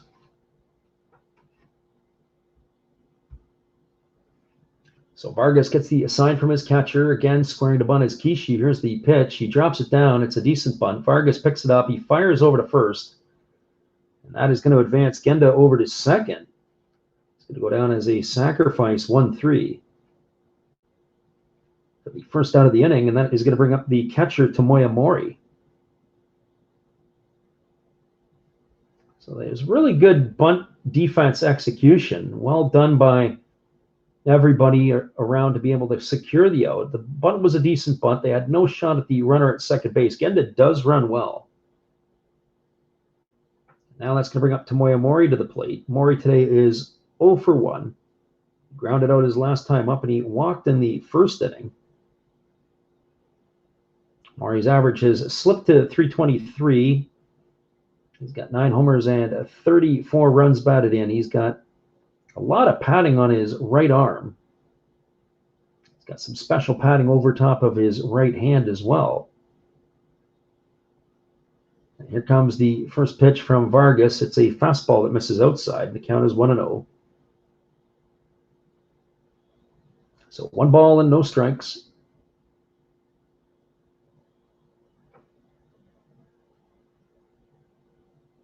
This game has been cruising along at a pretty good clip, as we're here now almost an hour and a half into the game, and we're almost through 5 innings. Vargas does a spaghetti move, and that chases the runner Genda back to second base. For those who aren't sure what the spaghetti move is, it's an inside move. On his leg lift, he steps inside and moves that runner back without a throw, and there's a fastball swung on and fouled away. The count is 1-1. So 1 ball and 1 strike. Mori was definitely late on that fastball. He was able to fight it off and foul it off. So 1 ball and 1 strike. Here comes the pitch from Vargas. He checks the runner. He kicks and delivers. There's a fastball that misses upstairs, and the count is now 2-1. So 2 balls and 1 strike. For those of you who are listening in, we'll be back on the air tomorrow for the call of the second game of the Cubs and Giants series. Here's the pitch from Vargas. It's a fastball that misses low and away, and the count is 3-1. Not necessarily the worst thing to walk Mori in this situation. They do have an open base at first base, and Nakamura, though he's the DH, he doesn't run particularly well. He is waiting his turn on deck, and here's the pitch to Mori. There's a breaking ball swung on and missed. The count is now 3-2.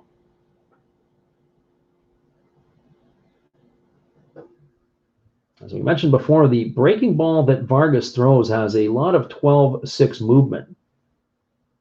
We get some of the replays of the way he grips the ball. His fingers are really spread apart. The ball is a 12-6. There's another one that's grounded back through the pitcher. It's fielded by the second baseman, and that is Nishino, who's not going to have a play anywhere. I'm not sure if Vargas would have let that one through if they would have had a clean shot at it, but now they've got runners on the corners. That's going to go down as a base hit. And that is going to bring the pitching coach out of the dugout. We're going to see that again on the replay. It was a ground ball, and Vargas got a glove on it. And Mori really runs well for a catcher. He gets down the line. He's able to beat it out. Genda is going to stop at third. And now we've got a conference of Buffaloes out on the mound. Pitching coaches come out to talk to Vargas. Vargas in his 4 1/3 innings of work so far, he's thrown 87 pitches. Really, that first inning took a lot of steam out of the right-hander. But he was able to settle down and get himself a number of outs in a row. He retired at one point 8 consecutive batters. He got himself into trouble in the 4th inning with some arguably shaky defense. So that brings up to Kia Nakamura. And the first pitch to Nakamura is a breaking ball swung on and missed, and the count is 0-1. Nakamura tonight is 0 for 2. He struck out and grounded to third his first 2 times up. Runner at third is Genda. The runner at first is Mori. There is 1 away here, and the crowd is now on their feet chanting into the game. And here's the fastball, and that just misses inside. That pitch looked pretty good. I don't know if I was Nakamura, if I would have been expecting that. He looked like he was looking away for something else, and Vargas came in under the hands. It stood him up. The count is 1 ball and 1 strike.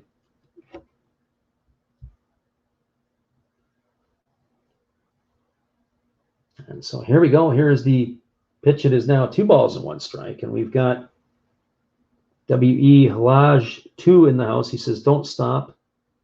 I love the updates." He says he's just a turd. Well, that's okay. Those are good too, as long as you don't bring the stench with you. You're fine. Thanks for tuning in tonight. So here comes the 2-1 pitch. That's a fastball swung on. It is lifted foul over on the first base side. It's going to get into the seats.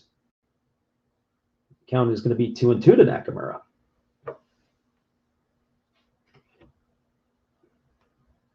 So 2 balls and 2 strikes. We do appreciate everybody tuning in tonight who is here. We've had a number of people come through the stream. So here's the 2-2 pitch. It's a breaking ball swung on. This is going to get through the 4-hole into right field. 1 run's going to score. That's Genda. Mori is going to go around to third base, and it's going to be a 1st and 3rd situation all over again as the Seibu Lions have got themselves another run here. So a base hit RBI single for Nakamura sends Mori all the way around to third, and it cashes in Genda. The Lions are now up 4-0 here in the 5th inning. And that's going to bring the second baseman Shuta Tonosaki to the plate. It's really a good piece of hitting by the big fella Nakamura. He reached out with the bat and was able to punch it through the 4-hole. He got good wood on it.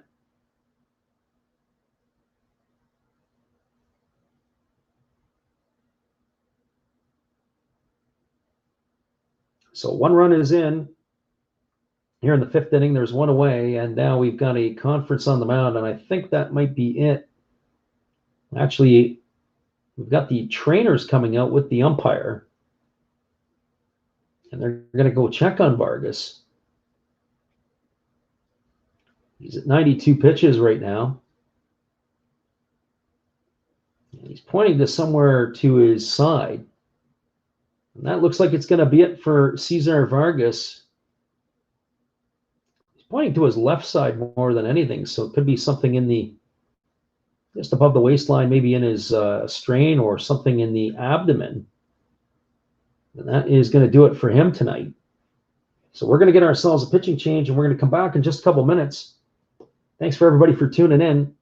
Hold tight. We'll be right back. Check this out. This is our friend Steve again.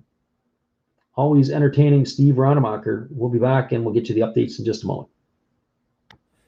Hello, and we'll be right back to Last Reps Baseball after this brief message from me, Steve Rademacher. Thank you all for watching my channel and supporting me. Thank you all for supporting Freddie in Last Reps Baseball. He does an awesome job commentating. And to show you some more stuff that you could see on my channel, we have shiny Pokemon cards. We have Hall of Fame quarterbacks like Brett Favre. We have Bo Jackson playing baseball. That's right. That's his rookie card. Very nice. We even have gold. We have gold. We have wrestlers.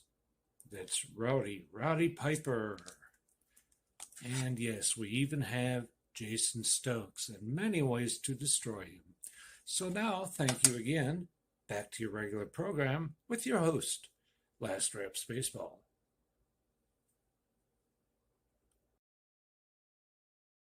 Thanks again, Steve. We appreciate you. We have an injury to the starter, Cesar Vargas. They have taken him out of the game. We are here in the 5th inning with run out and runners on the corners. And they are going to be making a pitching change on the Buffaloes. They're going to get themselves a right-hander coming into the game, and we'll get you his specs in just a moment. And that'll do it here for the right-hander of Vargas. Vargas is still responsible for the runners on the corners. He has gone 4 1/3 innings today, and he has allowed 4 runs to this point. All of the runs have been earned. We'll have to see what the rest of that will be. It's going to be Kei Suzuki coming in to pitch.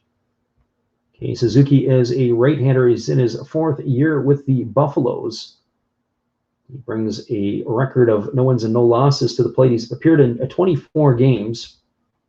He's got an earned run average of 4.18, 23 2/3 innings of work. He's allowed 23 hits, 9 walks, and he has struck out 17. So he's going to come in and get the rest of his warm-up tosses off of the mound. For some out-of-town scoring updates, thank goodness we are not doing that game between the Hokkaido Nippon Ham Fighters and the Fukuoka SoftBank Hawks. Through 2 innings, the Hokkaido Nippon Ham Fighters had a 16-0 lead over Fukuoka. Fukuoka scored a couple runs back here to make it 16-2. I can tell you this, that would make for a real long night having to make the call of that game. That's the only other game going on right now in the Pacific League. In the Central League, there are 2 games underway. The Hanshin Tigers have scored 3 in the top of the 6th. They lead the Hiroshima Carp 3-0. Right now for the Hanshin Tigers, their starter Akiyama has a no-hitter going through 5 2/3 innings. He is yet to allow a walk or a hit. The other game underway in the Central League is the Chinichi Dragons are leading the Yomiuri Giants 5-0. That game is in the bottom of the 4th inning. Games to start later will be the Tohoku Rakuten Golden Eagles at the Chibalote Marines. And the Yokohama Dana Bay Stars take on the Tokyo Yakult Swallows. Those are later starts. But as Kei Suzuki is finishing his warm-up tosses, he's got 2 more to go. We're bringing you all the action here from the MetLife Dome. We're glad to have you with us.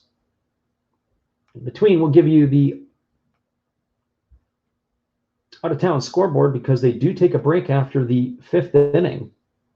We can give you the under-the-town scoreboard from Major League Baseball and catch you up on all the action there. Just a reminder, tomorrow we will be on the air at 11:20 Pacific time or 2:20 Eastern to give you the call of the Chicago Cubs and the San Francisco Giants. We hope you can join us for that one. We did the game today. It was a 6-1 ball game for the Giants. We'll get game 2 of that one tomorrow. We'll also be back on the air tomorrow night for the third game of this set.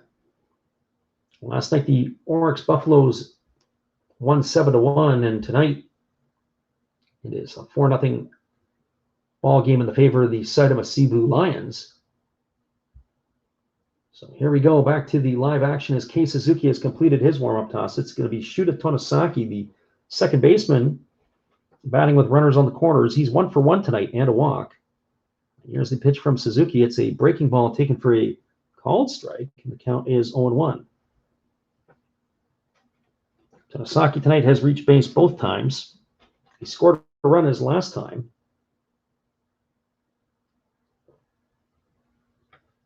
So here comes the 0-1 pitch. Kei Suzuki gets the sign from his catcher, Wakatsuki. He comes set at the belt. He kicks and delivers, and there is a fastball that misses outside. A nice play by the catcher to have to stop it. That ball was destined for the backstop. The runners are still at first and third.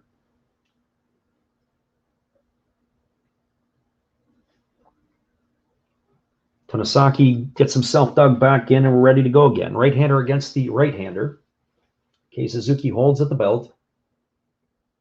He kicks and he delivers, and that ball spiked into the dirt. Another block by the catcher, Wakatsuki, and he's going to get a new ball and flip it back to Kei Suzuki on the mound. As we said, it's a very festive crowd tonight in Saitama to see the Lions play. It's a very noisy and loud crowd, despite the fact that there may not be many in the stands in total. I would say probably last night's attendance, just shy of 5,000, is probably going to be equaled again tonight. And here's the pitch. It is a fastball swung on. This ball is lined over the head of the third baseman, Mooney. It's into left field. It's up against the wall. It's fielded by the left fielder, Kita. He fires it in. Going all the way around to third is Nakamura, and standing on second with a double is Tonosaki. He's got himself an RBI. And the inning continues here for the Seibu Lions. They are now up 5-0. And the Buffaloes are not out of the danger yet, as they now have runners on second and third with only one out. That's going to bring up the left fielder, Takumi Kuriyama. Kuriyama tonight is 0 for 2. He's grounded to first and flown out to center field. He's got a chance with one swing of the bat to blow this thing apart. The Buffaloes are going to play their defense in. This is going to be a critical time in the ball game here. And the first pitch from Kei Suzuki is a fastball swung on and fouled away. The count is 0-1. So no balls and one strike. Kuriyama digs himself in. Kei Suzuki holds at the belt, and he's ready to go back to work. He kicks and delivers. There's a fastball swung on, and that's lifted foul over on the third base side, and the count is 0-2.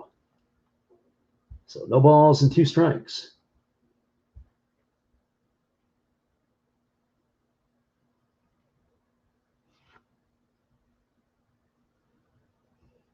Right-hander against the left-hander. Kei Suzuki ready to go back to work. Here comes the 0-2 pitch to Kuriyama. He kicks and delivers. It's a breaking ball down in the dirt, and another good block by Wakatsuki. He's really had to earn his wages tonight. Certainly the first pitcher, Vargas, was spiking a lot of balls into the dirt. And Kuriyama is following suit here. So 1 ball and 2 strikes.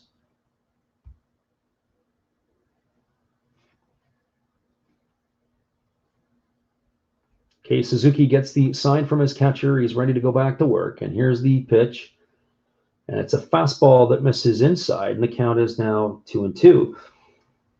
The control for Kei Suzuki and for Vargas tonight has not been very good. Neither of the pitchers have been able to hit their spots. That one in particular, the catcher was set up inside, and Suzuki missed badly. He missed, not that he just missed the pitch inside, he missed away and off the outside corner of the plate.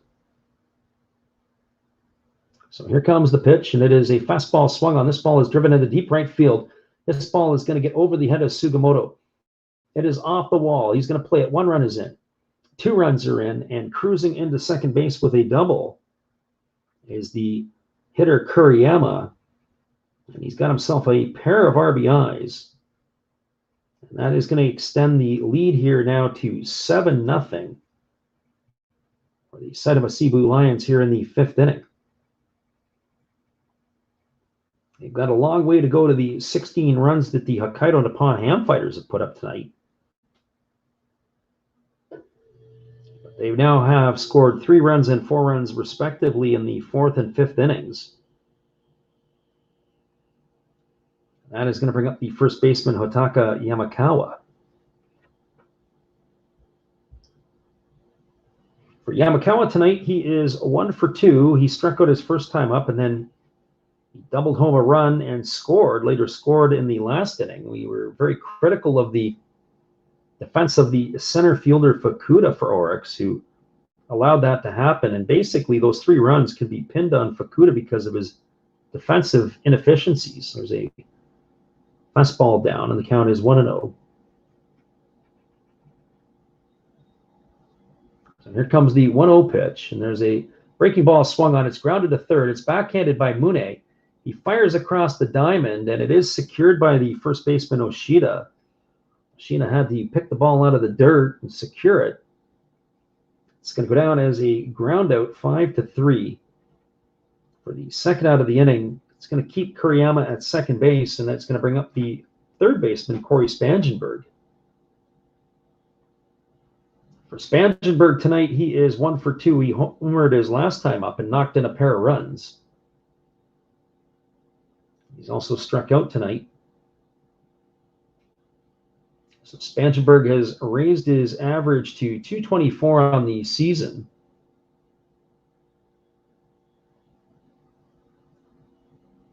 So here comes the pitch from Kei Suzuki. Spangenberg waits, kicks and delivers. There's a fastball taken for a called strike. And the count is 1-1. So no balls and 1 strike. Spangenberg will be followed by Kawagawa. And here comes the pitch. It's a fastball that misses off the plate. The count is now 1-1. The crowd in Saitama, they're on their feet and they are waving their flags around. I'm pretty excited about the possibility here of some more runs, and there's a fastball swung on and missed, and the count is now 1-2 to Spangenberg. Spangenberg looks back at the umpire to ask if that pitch would have been a strike had he not swung, and he gets the confirmation from the home plate umpire. Here comes the 1-2 pitch.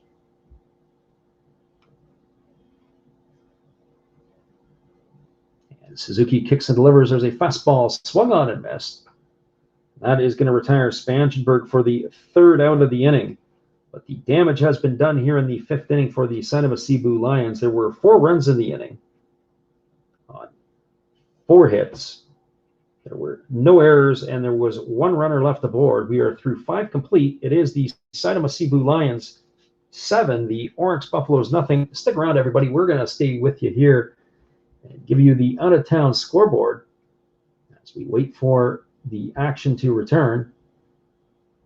But we're going to do that from Major League Baseball as we've completed the other stuff. So just taking a peek at the out-of-town scoreboard, the Detroit Tigers picked up their 67th win of the season tonight. They knocked off the Tampa Bay Rays, who are the best team in the American League, 10-4. Home runs, including a grand slam from Jonathan Scope and a homer from Victor Reyes, paced the Tigers. Cisnero gets the win. He's 4-4 on the year. Fairbanks takes the loss. He drops to 3-6. San Francisco Giants had a pair of home runs, one by Brandon Belt and the other one by Evan Longoria, knocked off the Chicago Cubs 6-1 today. Duvall gets the win in relief. It was a bullpen day for the San Francisco Giants. McGill takes the loss. He squandered a good pitching performance by Kyle Hendricks. Hendricks was only allowed one run through the first 6 innings. The Cubs only had 2 hits today. They were both by Frank Schwindel. Pittsburgh Pirates knocked off the Nationals 4-3 today. Cool gets the win. He's 5-6. That's the 51st win of the season for the Pirates. Murphy takes the loss. He drops to 0-2. The Toronto Blue Jays fall in Baltimore after sweeping the Yankees. They lose to the lowly Orioles 6-3. Green gets the win. Merriweather takes the loss, and Sulcer picks up his 7th save of the season. Colorado Rockies knocked off the Philadelphia Phillies tonight 11-2. Marquez gets the win. He goes to 12-10. Falter takes the loss. He goes to 2-1. Yankees lose to their crosstown rival Mets 10-3. McGill gets the win for the Mets. He's 3-4. Montgomery takes the loss. He drops to 5-6.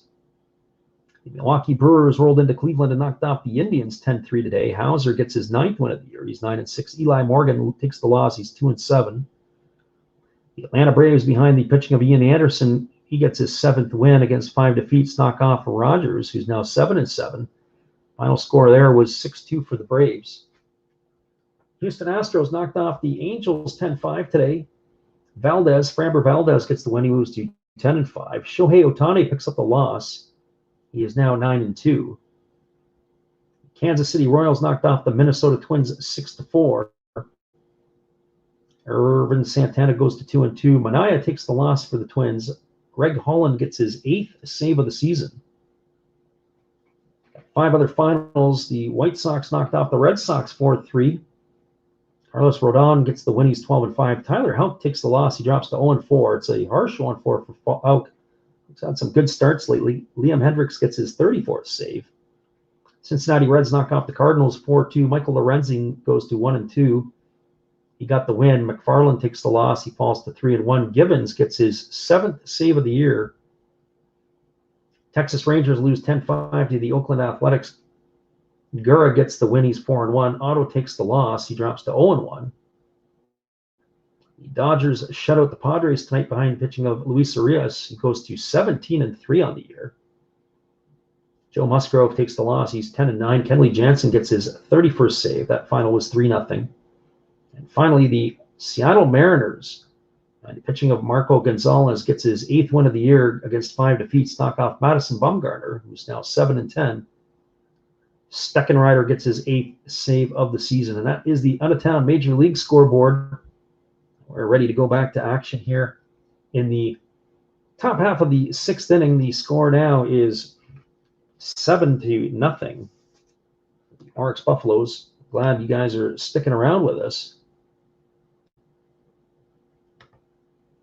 So Imai is ready to go back to work.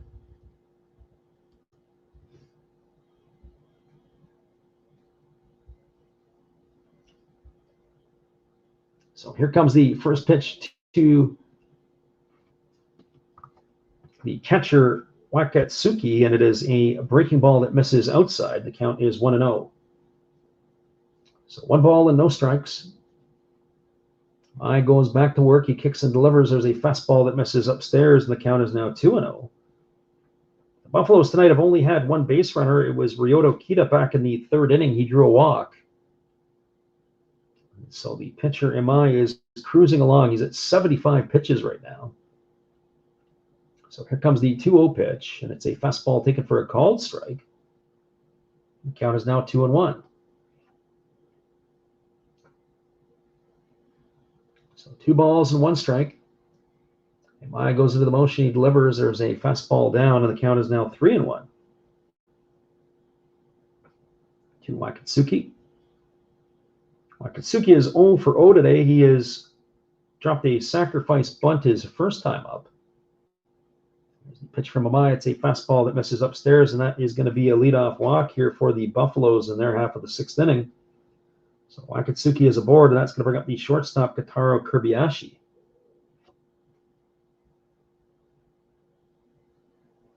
It's also going to bring Mori, the catcher, out to the mound to have a word with his young right-hander.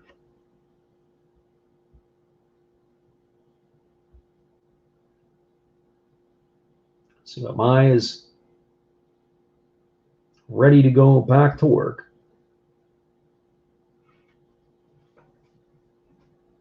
So Kobayashi on the season is hitting .218. He's got 5 homers and 28 runs batted in. Mai holds the ball at the belt. He kicks and he delivers. There's a fastball that is spiked up to the plate. Nice job by Mori to be able to knock it down. And the count is 1-0.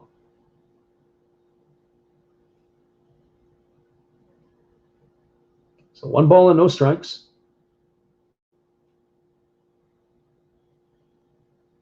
Holding the ball at the belt is Imai. He kicks and delivers, and there's a fastball that misses outside, and it is now 2-0. So since we've had that break and, of course, the pitching change to Vargas, by the time Imai has come back out to the mound, he's struggled a little bit here. Here comes the pitch. It's a fastball taken for a called strike, and the count is now 2-1. He's now thrown 8 pitches in the inning. 6 have been balls, and 2 have gone for strikes.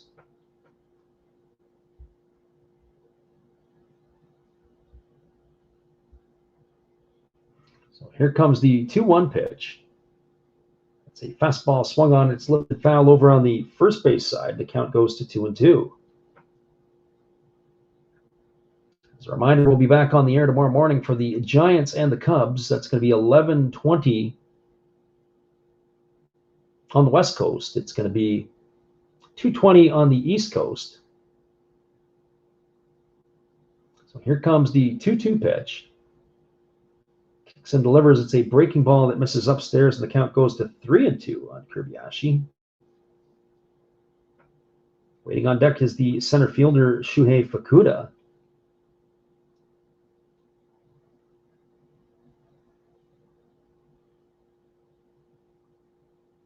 So 3 balls and 2 strikes. Here comes the pitch from Imai to Kobayashi. He kicks and delivers. There's a breaking ball that misses outside, and it is ball 4. So Imai is falling apart a little bit here in the 6th inning. He's walked the first 2 batters to start the inning. That's going to bring a visit from the pitching coach out to the mound, and he's going to have himself a little conference here.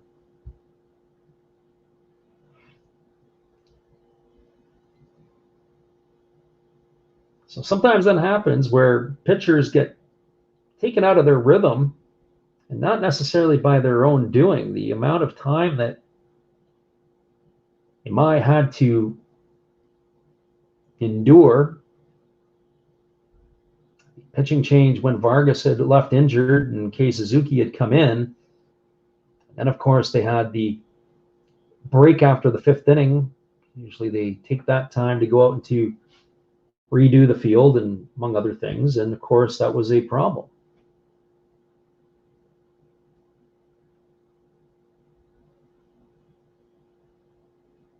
So here we go back to the live action. Here comes the first pitch to Fukuda. It's a fastball taken for a called strike, and the count is 0-1. Fukuda today is 0 for 2. He grounded to second his first time up, and he flew out to left his last time. So right-hander against the left-hander. Imai holds at the belt. He checks the runner at second base. He kicks and delivers. There's a breaking ball that misses upstairs, and the count is 1-1. So 1 ball and 1 strike. Fukuda will be followed by Yuma Mune. So here comes the 1-1 pitch. He kicks and delivers. There's a fastball swung on. It is grounded to second. Now, great play by the second baseman moving to his right. They fire over to the shortstop for 1, back to first. They've got a double play here. The Buffaloes may want to have a look at this. I think it's pretty clean as on a double play. Nakajima is just going to wait here. And now it looks like they are going to want to have a peek at this. So that was a really, really nice play by Tonosaki, the second baseman. He's had a wonderful ball game tonight. He had to go to his glove side. He slides. He fires it over to the shortstop, Genda. Genda returns the throw over to first base. We're going to see if we can get the highlight on this ourselves. Boy, I don't know if this one's going to get overturned. I think they may have made the right call. I'm running, and they did, and that is going to be where it is. So here comes the first pitch to Mune, and it's a swung on and fouled away. That was a 4-6-3 double play, and they have to hurry because Fukuda runs pretty good. First out of the inning is Kirbayashi.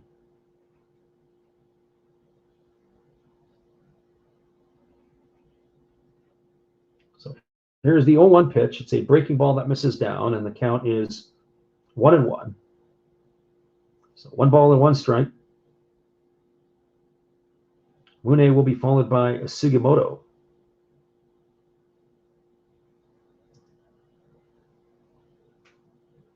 It's a tough night at the office for the Orix Buffaloes when they have had a chance to do something here. They've squandered it by grounding into that double play, and here's a fastball fouled away.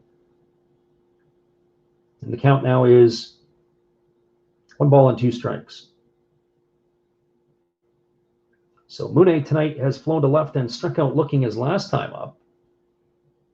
The runner at third is the catcher Wakatsuki. Imai holds at the belt. He kicks and he delivers. There's a fastball taken for a called third strike, and Mune has gone down looking for the second time this evening.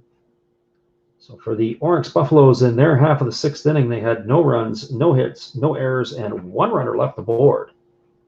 Moving to the bottom of the 6th inning, it is the Seibu Seibu Lions 7, the Orix Buffaloes nothing. Stick around, everybody. We'll be back in just a couple moments with the call. Bottom of the 6th inning. We're glad you stopped by to tune in to listen. Well, you've got to have an ace in the hole, a little secret that nobody knows. Life is a gamble, a game we all play, but you've got to save something for a rainy day. You've got to learn to play your cards right if you expect to win in life. Don't put it all on the line for just 1 roll. You've got to have an ace in the hole. Yeah.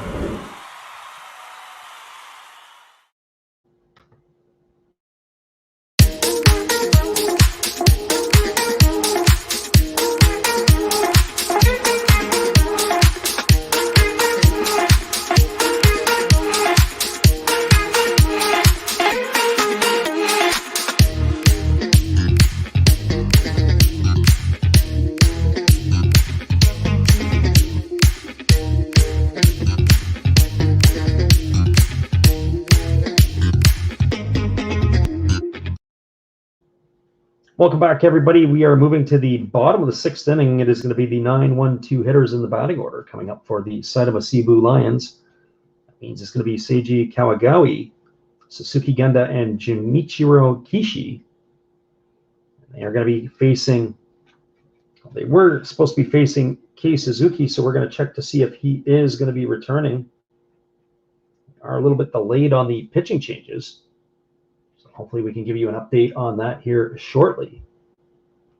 So we're pleased to have everybody in the house tonight. We get ready to resume the live action. So Kawagawa is getting himself into the batter's box. He is 0 for 2 tonight. He is struck out and he is popped out to the third baseman. His average has slipped to 276. He's got the 5 homers and 9 runs batted in. Is Suzuki still on the mound as he gets set and ready to go back to work again? Here's the first pitch. It is a fastball, and it makes Kawagawa skip rope out of the batter's box. Fastball was coming right at his knees. That count is now 1-0. So Suzuki took over for Cesar Vargas, who left the game with an injury. Vargas would have been charged with 6 of the 7 runs, all of which have been earned. Here's the pitch. It's a fastball that misses low and in, and the count is now 2-0. As we mentioned earlier tonight, we're fairly fortunate that we're happy we're doing this game. It is a 16-2 ball game between the Hokkaido Nippon Ham Fighters and the Fukuoka SoftBank Hawks. Here's the pitch from Kei Suzuki. It's a fastball swung on. It's lifted foul on the third base side. The count is 2-1. We're chuckling because the first 2 innings, 16-0, and then, of course, Fukuoka got 2 runs back in the 3rd inning. So here we go back to the live action. 2 balls and 1 strike. Suzuki kicks and delivers. There's a fastball that misses low and away. And the count is 3-1. So 3 balls and 1 strike.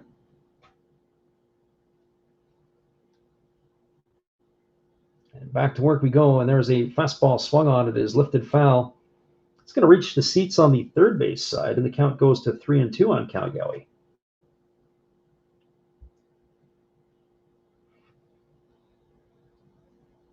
So 3 balls and 2 strikes, and it'll be the top of the order coming up after Kamigawa finishes his at-bat. Comes the 3-2 pitch. There's a fastball swung on. It is lifted foul on the third base side. The count remains 3-2. One thing I noticed with some of the pitchers in the NPB, especially those that come out of the bullpen, they don't necessarily always have that one pitch that can put hitters away. You've got to have at least one out pitch in your arsenal. And what I see with Kei Suzuki, there's a fastball that swung on and fouled away. He has a fairly firm fastball. It comes up at about 94 miles an hour. There's not a lot of life on the pitch. There's not a lot of backdoor movement, not a lot of cut. So here comes the 3-2 pitch again to Kamigawa. This is going to be the 8th pitch of the at-bat. Kicks and delivers. It's a fastball swung on. It is lifted into left field. Moving over to his right is Kida. He's going to make the catch. And is going to retire Kamigawa. The first out of the inning. So 1 up and 1 away. It's going to bring up the shortstop, Suzuki Genda.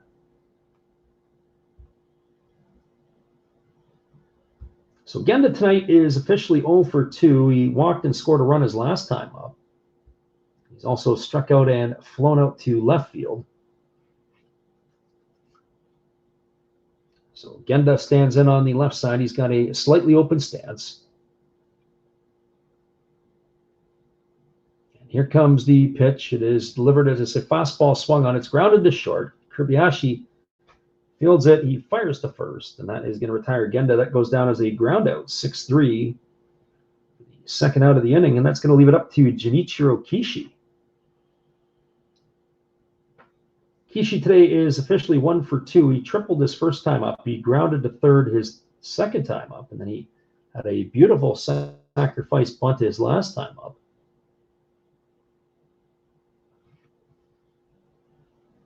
So 1 for 2 for Kishi.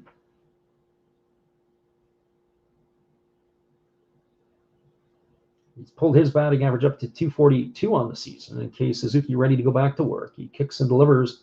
Fastball swung on. It's grounded to third. It's picked up. It's fired across the diamond. And that is going to retire the center fielder Kishi. That goes as a ground out, 5-3 for the third out of the inning. So for the Lions in their half of the 6th, no runs, no hits, no errors, and nobody left. We'll be back in just a couple of moments. Appreciate everybody being here tonight. It's the Orix Buffaloes trailing the Seibu Lions 7-0. Hold tight, everybody. We'll be back at it again here in just a couple. Here's our friend Matt again. Be sure to check out his channel when you get a chance. Good evening, ladies and gentlemen. Namaste. Hey, I hope you guys have been enjoying the game.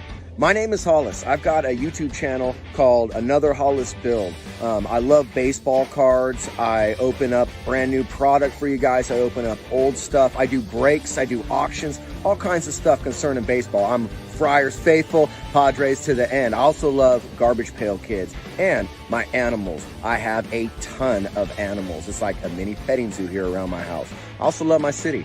San Diego, baby. I'll take you all around the city and show you what's up. If you guys dig stuff like that, cruise on over and check it out. It's Another Hollis Build. If you dig it, subscribe. I'd really appreciate to have more follow me along on the journey. Hey, either way, you guys have a wonderful day or a beautiful, beautiful evening. No matter which one it is, make sure that you make it great, my friends. Big up Last Raps Baseball. Yeah, Freddie, let's go. One love and peace. Yeah, man.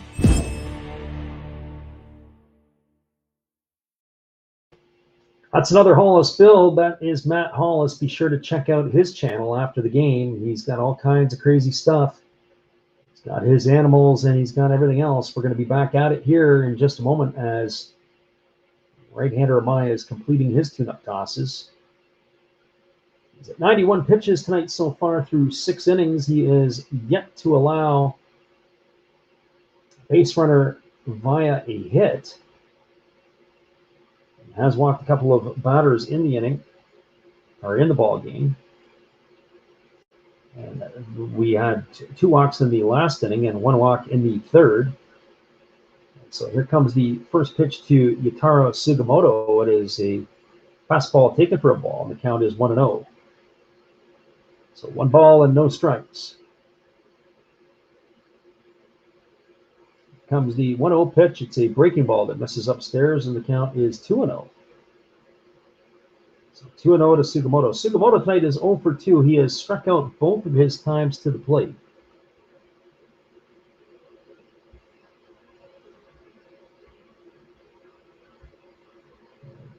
We are back to the action. He kicks and delivers, does Imai, and it's a fastball taken for a called strike.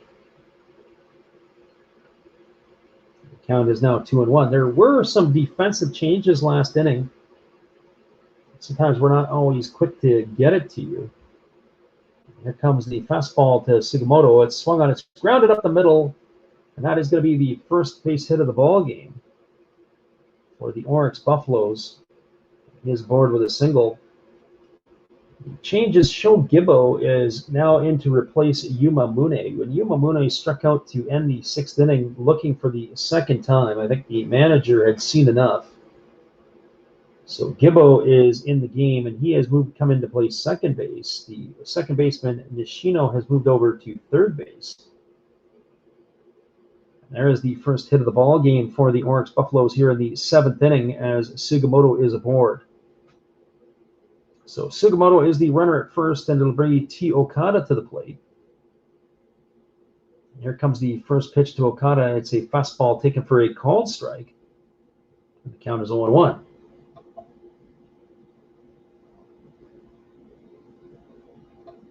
So no balls and 1 strike to T. Okada. Okada tonight is 0 for 2. He has struck out both his times up.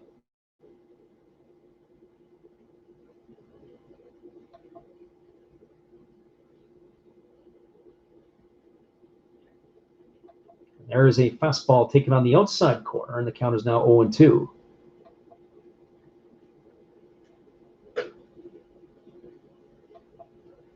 So no balls and 2 strikes here to Okada. The runner at first is Sugimoto.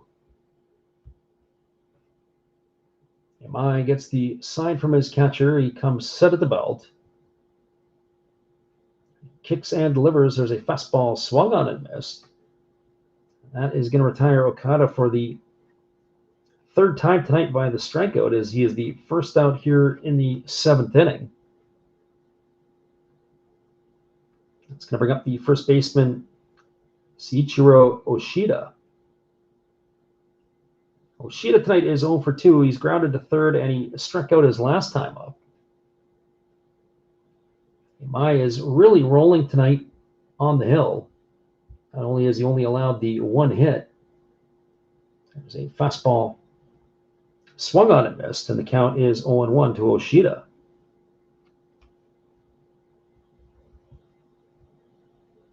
MI now has 10 strikeouts in the ball game. He kicks and delivers. There's a breaking ball that misses outside, and the count is 1-1. So 1 ball and 1 strike.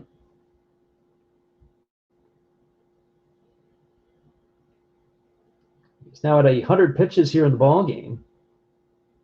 MI checks the runner at first. He kicks and delivers, and there is a called strike.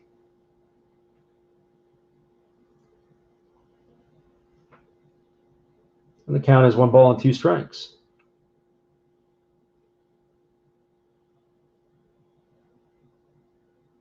So 1 ball and 2 strikes.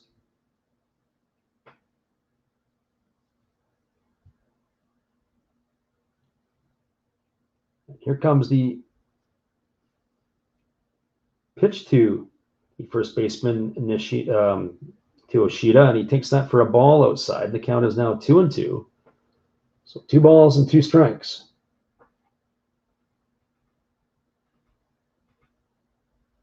Mai holds the ball at the belt. He kicks and delivers. There's a breaking ball. The home plate umpire says that the batter did offer, and that is going to retire him on strikes. The ball wasn't caught. It was a good block by the catcher, Mori. But first base being occupied, Oshida has been ruled out, so that is 2 away. That is going to leave it up to the now third baseman, Masahiro Nishino. Nishino tonight is 0 for 2. He has struck out and grounded back to the pitcher. So here we go, ready to go back to work again. Mai gets the sign from his catcher. He kicks and he delivers, and it's a breaking ball down and in, and the count is 1-0. So 1 ball and no strikes.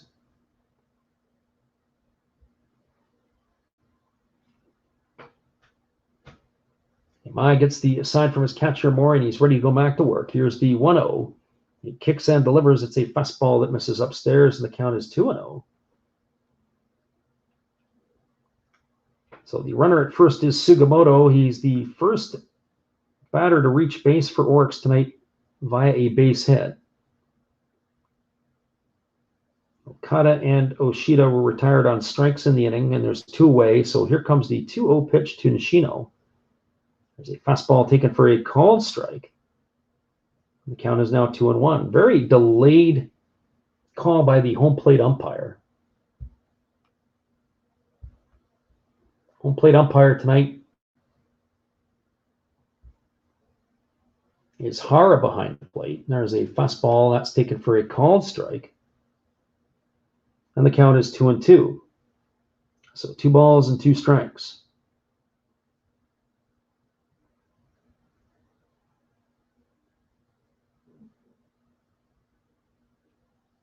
So Nishino holds at the belt. He kicks and he delivers. There's a fastball that just misses below the knees, and the count now runs 3-2 to Nishino. I think that pitch was much too close to take. So 3 balls and 2 strikes. The runner at first, Sugimoto, will be off as soon as the pitcher delivers to the plate. He kicks and delivers. There's a fastball swung on. It's grounded to third. Spangenberg picks it up. He fires across the diamond. It was a nice play by the first baseman Yamakawa to haul it in. That is going to retire the side here. That goes as a ground out, 5-3. So for the Orix Buffaloes in their half of the 7th inning, no runs, 1 hit, no errors, and 1 runner left aboard. Moving to the bottom of the 7th inning, it is the Seibu Seibu Lions 7, the Orix Buffaloes nothing. Stick around, everyone. We'll be back in just a few minutes with the call. The bottom of the 7th inning, here is our friend Steve. Check out his channel when you get a chance. Hey guys, and thank you, Freddie. Steve coming back at you. That's right, Steve Rademacher. I would like to thank each and every one of you that is tuned into my channel. And today, let's do a little shout out for some other great channels you should be watching. There is WVogs 18. There's Big D's Sports and Collectibles. You all know another Hollis build. Why not? Like father, like son. That's a great duo that does some great stuff. It shows some great cards. And of course, the one and only Bud Stoney, creators of One of Ones, the creator of One of Ones, and they're all signed on the back. Bud Stoney, One of One, like this beautiful Robin Yount that he made for me. He made me another Robin Yount, this time mini, and a Christian Yelich mini. Great cards, and he does more than cards. We have darts of Hulk Hogan and many other things. So give them a look-see and give me another look-see. Subscribers are always welcome, and back to Freddie. Thanks again, Steve. We really appreciate you being a supporter of our channel, and in turn, we like to support Steve Rademacher. Be sure to check out his channel after the game, wherever we talk about Money Monday, Takeover Tuesday, Saturday morning cartoons, and all the other fun stuff on his channel. We are now going to get ourselves a pitching change for the Orix Buffaloes. They now have a left-hander coming in. We'll get you that update in just a moment here. It looks like it is Nomi coming into the game. All the specifics on him. Sushi Nomi, the left-hander, is entering the ball game. The 42-year-old has in his first year with the Orix Buffaloes after spending pretty much his entire career, in fact, his entire career with the Hanshin Tigers. He's appeared in 23 ball games this year. He is 0-2. He's got 20 innings pitched, allowing 22 hits. And here's the first pitch to Mori. It's a fastball that misses upstairs for ball one, and the count is 1-0. He's got a 3.60 ERA on his career line. He's 3.34 ERA. So here comes the 1-0. It's a fastball swung on. It is lifted foul on the third base side. The count goes even at 1-1. So 1 ball and 1 strike.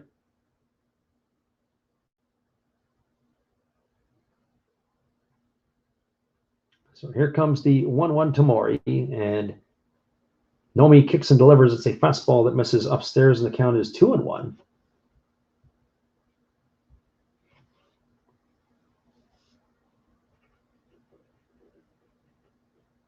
So Nomi ready to go back to work. There's another fastball that misses upstairs. And the count is now 3-1. There's nothing worse to bring a left-hander in to face a lefty, and he can't throw strikes.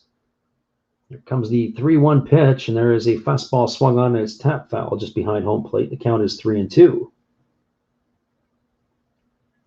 Mori and then Nakamura and then Tonosaki here in the bottom of the 7th for the set of Seibu Lions.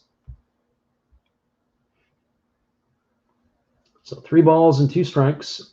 Nomi gets the sign from his catcher, and he kicks and delivers. There is a fastball taken for a called third strike. Mori is gone down looking. That is going to bring up the designated hitter, Takeya Nakamura.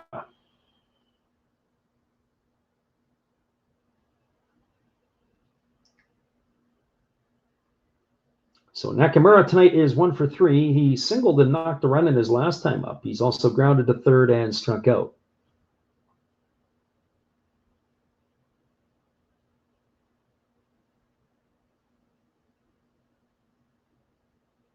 So here comes the first pitch. It is a fastball, and that misses upstairs, and the count is 1-0. So 1 ball and no strikes.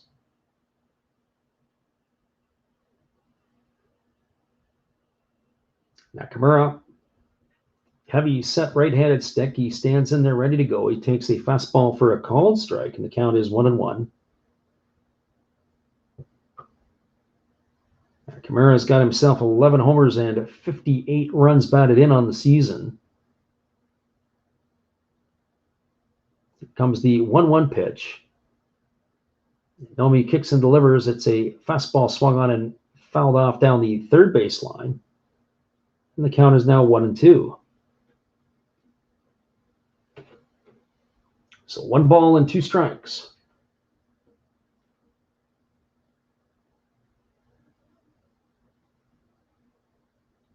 Nomi ready to go back to work. He kicks and delivers. There's a breaking ball swung on.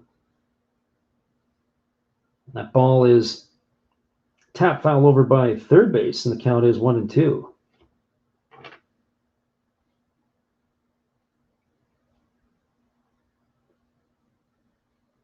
Shuda Tonosaki, the second baseman, waits his turn on deck. Here's the 1-2 pitch. It's a fastball that misses upstairs, and the count is now 2-2. So 2 balls and 2 strikes to Nakamura. Nobody ready to go back to work. He kicks and he delivers, and there's a fastball. Take it for a called third strike. So back-to-back strikeouts. Nomi has got the hitters going down looking, and that is going to leave it all up to Shuda Tonosaki. And the plate umpire, Hara, very animated in his punch-out. Looking back slowly, the dugout is Nakamura, and of course, up and throwing in front of the dugout is going to be Amai. Pitcher is up getting himself loose.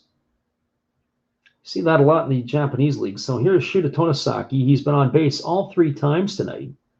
He's walked, he's singled, he's doubled, and he's also knocked in a run, and he's scored 2 of the runs for the Seibu Seibu Lions. Takes a wicked cut at a breaking ball, and the count is 0-1. So no balls and 1 strike.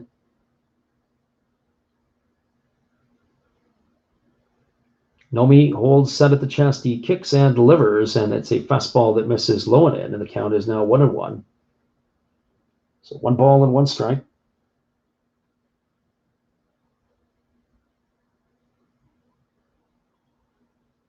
Nomi holds set at the chest. He kicks and delivers, and there's a fastball that misses in, and the count is now 2-1.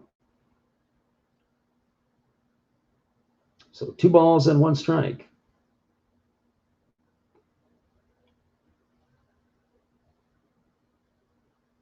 And here's the pitch from Nomi. It's a fastball swung on. It's grounded to second. Ball is fielded easily by the second baseman, Gibbo. He flips it over to first. That is going to retire Tonosaki. That goes as a ground out, 4-3 for the 3rd out of the inning. So for the Seibu Seibu Lions, they go quietly in their half of the 7th. No runs, no hits, no errors, and nobody left on. We are moving to the top of the 8th inning. It is the Orix Buffaloes trailing the Seibu Seibu Lions 7-0. Stick around, everybody. We're glad you're with us. Back in just a couple moments, we got some loose ends to take care of here. Would you like to support Last Drafts Baseball? We would appreciate it if you did. Be sure to check out our eBay page where we have baseball merchandise. We also have stuff from the Japanese League for those who listen from Japan, but we also do other sports like football and basketball as well. Don't forget, visit Last Drafts Baseball's eBay store to help support the channel. We'll be glad you did.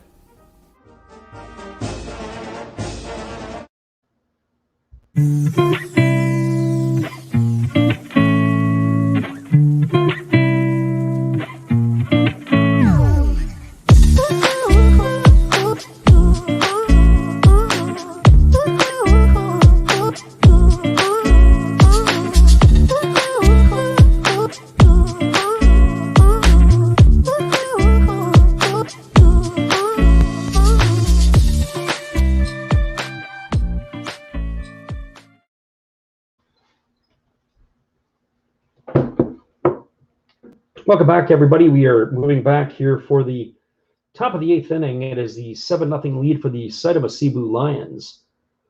Going to move a little bit quicker when we do our Did You Know segment. And so we are going to be seeing for the Orix Buffaloes the 7, 8, and 9 hitters in the batting order. Facing the right-hander Tatsuya Amai. Amai has been outstanding tonight. He has only allowed 1 hit through his first 7 innings of work. He is completing his warm-up tosses, and we're ready to get back to the live action. So here is Ryoto Kita. Kita is 0 for 1 tonight. He struck out, but he is also walked, and he takes a first pitch called strike. And the count is 0-1. goes back to work quickly. He kicks and delivers. There's a fastball swung on and fouled away. The count is 0-2. So no balls and 2 strikes. MI back to the motion, and he delivers a breaking ball down, and the count is now 1 ball and 2 strikes.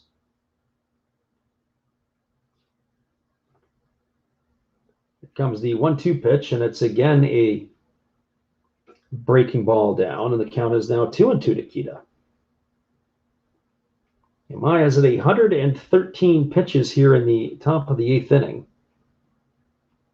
He goes into the motion, he kicks and delivers. There is a breaking ball again down, and the count runs to 3-2. One would think that he's probably going to face the bottom 3 hitters of the order. And I would think either way, he probably turns it over to the bullpen for the 9th inning. But that's just me speculating right now. And if he can't get through these 3 hitters, he may turn it over to the bullpen earlier. So here comes the 3-2 pitch. It's a fastball swung on and missed, and that is going to retire Kita for the 2nd time tonight on strikes. He has gone for out number 1 here in the 8th inning. It's the 12th strikeout of the ballgame for Imai. And ironically for Imai, he has not been the most efficient in terms of ball-to-strike ratio. He's thrown 54 balls and 66 strikes. Here comes the pitch. It's a fastball swung on and fouled away by Wakatsuki. The count is 0-1.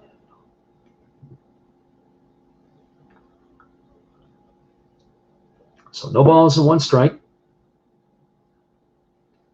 Here's the pitch. It's a breaking ball, and that is down, and the count is 1-1. So 1 ball and 1 strike.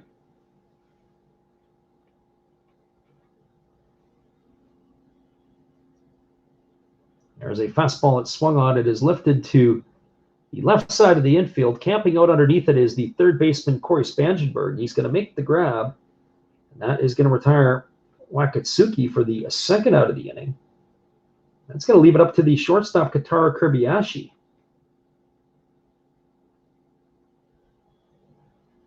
So I was speculating whether or not Imai might come back out for the 9th inning of work.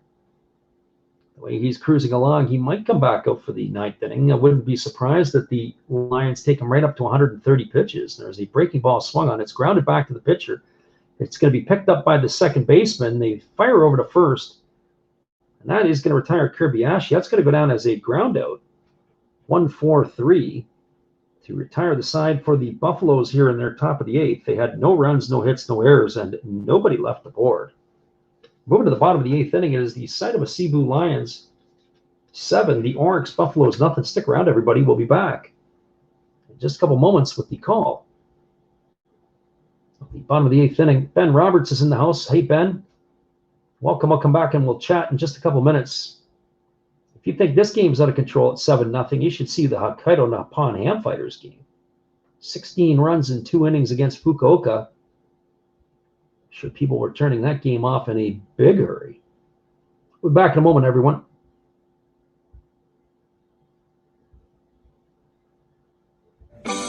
Good evening, sports fans. I hope you all have been enjoying the game. This is just another message from another Hollis build. I hope that your team is in the lead, but if not, remember, that's life. That's what all the people say. You're riding high in April, shot down in May. But you know I'm gonna change that tune.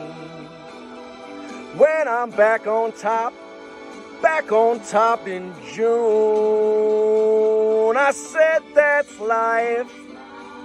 And as funny as it may seem, some people get their kicks stomping on my team. But I don't let it get me down. 'Cause this fine old world, it keeps spinning around. I hope you enjoy the rest of the game. And if it remains the same, remember, That's life. You want your fill? Go check another Hollis build on YouTube. Last Raps Baseball. Let's get back to the game. Let's go! You know that's life. You know it. One love and peace. Welcome back, everybody. The Orix Buffaloes have gone to the bullpen yet again, and they got another left-hander coming in, and this is going to be Tomoyuki Kaida. He's going to be taking over here in the 8th inning. And so he's ready to go to work, and the first pitch is a fastball delivered to Takumi Kuriyama. It's Kuriyama, Yamakawa, and Spangenberg to get things going in the 8th inning for the Lions. First pitch is a strike for 0-1. So here comes Kaida back to work. He kicks and delivers. It's a fastball swung on. It's tapped over on the first base side. It's going to roll foul. It's going to be picked up by Oshida. The count now is quickly 0-2 to Kuriyama. So Tomoyuki Kaida, who is in the ball game here for Orix, he's making an appearance tonight. This is only his 3rd game of the season. He's appeared in 1 2/3 innings. He's allowed 1 hit. He struck out a couple, and he's got an ERA of 0. There's a breaking ball that misses outside. The count is 1-2. Pitch looked really, really good. There's some pitches tonight they just haven't been able to get the call on. If Ben Roberts is still listening, thank you for stopping in. He's our resident supporter who is from Yokohama. And there's a breaking ball swung on it. Is lifted into deep right center field. Moving over on it is the right fielder, Sugimoto. He's going to make the catch and haul it in. And he's going to retire Kuriyama for the first out of the inning. As I mentioned, if Ben Roberts is still listening in, just wanted to check in to see if there's going to be any type of movement over in Japan for any type of travel. I know that they have started to open some things up on this side of the Pacific Ocean. Just don't know if there's going to be anything that's going to be reciprocated on that side yet. And there is a breaking ball that misses upstairs, and the count is 1-0 to Yamakawa. Yamakawa tonight is 1 for 3. He doubled and knocked in a run in the 4th inning, but he's also struck out and grounded out tonight. And here comes the pitch. It is a breaking ball swung on. It is lifted into shallow center field. Moving in on it, the center fielder Fukuda. He's going to make the catch. Just like that, 2 up and 2 away. And that is going to bring up the third baseman, Corey Spangenberg. I have a friend of mine who is living and working in Macau. His wife lives here, and he hasn't seen his wife pretty much since the events started in 2020. And she has not been able to get over there. And with his occupation, if he leaves being an expat, he wouldn't be able to get back into Macau. There's a fastball swung on by Spangenberg. This ball is lifted into left center field. It's up the gap, and it's off the wall. Spangenberg is digging for 2. He's going to cruise into second base with a stand-up double. So Spangenberg aboard with a double here in the 8th inning with 2 away. It's going to leave it up to Seiji Kawagawi.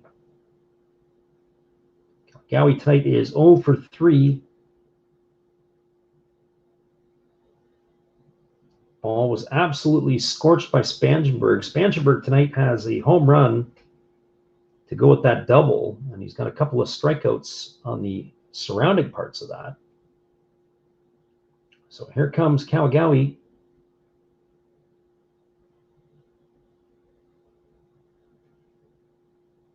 He's 0 for 3 tonight.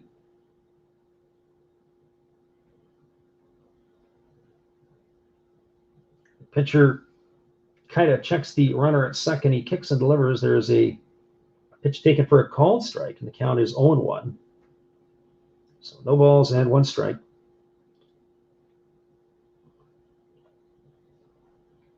And it looks like the Seibu Seibu Lions are going to stay with Imai right now, as he's still throwing up in front of the dugout. And I don't mean throwing up, I mean throwing in front of the dugout. So here comes the 0-1 pitch, and it's a breaking ball that misses down, and the count is now 1 ball and 1 strike. The Fukuoka SoftBank Hawks have got one back against the Nippon Ham Fighters, or the Hokkaido Nippon Ham Fighters, in the 6th inning. Score is now 16-3. So we said that game got ugly quickly. Other scores in the Central League, the Hanshin Tigers are winning 4-1 over Hiroshima. Comes the 1-1 pitch from Kaida. It's a breaking ball that misses down and in. The count is 2-1. The Chinichi Dragons are still holding on to that 5-2 lead. Bottom of the 7th inning against the Yomiuri Giants.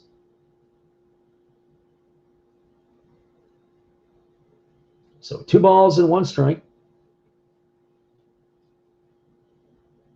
Kaida ready to deliver. He checks the runner Spangenberg at second. It's a breaking ball swung on and fouled away.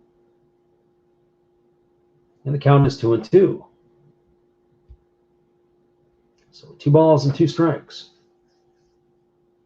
We'll be back on the air again tomorrow night for the same 2 teams as they'll wrap up this series. Orix Buffaloes and the Saitama Seibu Lions.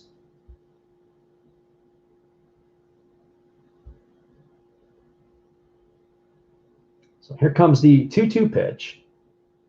Kaida checks the runner at second. He delivers. There's a fastball that looked pretty good. Peeled down to third base. The umpire at third said he didn't go. Boy, that pitch looked like a really good pitch. Not only did it lock up the hitter, but it looked like it locked up the umpire as well. That's the way it goes sometimes.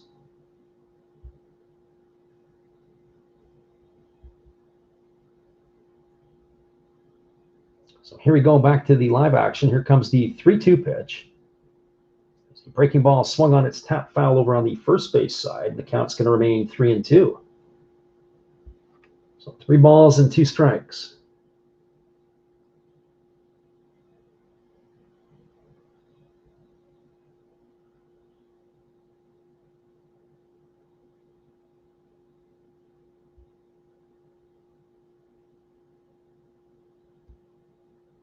Kaida ready to go back to work. Left-hander against the left-hander. Checks the runner at second. He delivers. There's a fastball taken for a called third strike, and Kawagawa is down looking, and that is going to retire the side for the Saitama Seibu Lions in their half of the 8th inning. So there was no runs, 1 hit, no errors, and 1 runner left aboard. We're moving to the 9th inning. It is the Orix Buffaloes trailing the Saitama Seibu Lions 7-0. Back in a moment here as Imai is making his way back out to the mound for his 9th inning of work. Hold tight, everybody. Here's our friend Matt again. Good evening, ladies and gentlemen. Namaste. Hey, I hope you guys have been enjoying the game. My name is Hollis. I've got a YouTube channel called Another Hollis Build. I love baseball cards. I open up brand new product for you guys. I open up old stuff. I do breaks. I do auctions. All kinds of stuff concerning baseball. I'm Friars faithful, Padres to the end. I also love Garbage Pail Kids and my animals. I have a ton of animals. It's like a mini petting zoo here around my house. I also love my city. San Diego, baby. I'll take you all around the city and show you what's up. If you guys dig stuff like that, cruise on over and check it out. It's Another Hollis Build. If you dig it, subscribe. I'd really appreciate to have more follow me along on the journey. Hey, either way, you guys have a wonderful day or a beautiful, beautiful evening. No matter which one it is, make sure that you make it great, my friends. Big up Last Raps Baseball. Yeah, Freddie, let's go. One love and peace. Yeah, man.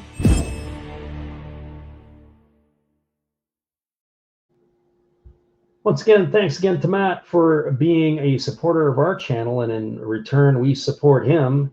That is Another Hollis Build. That's Matt Hollis. Be sure to check out his channel after the ball game tonight. We're ready to get back into the action here in just a couple moments, as pitcher Imai is completing his warm-up tosses. He's had a fantastic night through 8 innings of work. He's got 12 strikeouts to his name. He's only allowed 1 hit. It's going to be the top of the order. It's going to be Fukuda Gibbo and Sugimoto coming up for the Buffaloes. Here comes the first pitch. It is a fastball swung on. It almost takes the head of the pitcher off. It's lined right back through the box into center field. And it's a base hit here for Fukuda to get things going in the top of the ninth inning. So we've got the leadoff hitter is aboard, and that's going to bring up Sho Gibbo, the second baseman. This is going to be Gibbo's first at bat. He replaced Yuma Mune, who had struck out looking his last two times up. So Gibbo stepping up to the plate for his first at bat of the evening, and the first pitch is a fastball taken for a called strike. The count is 0-1.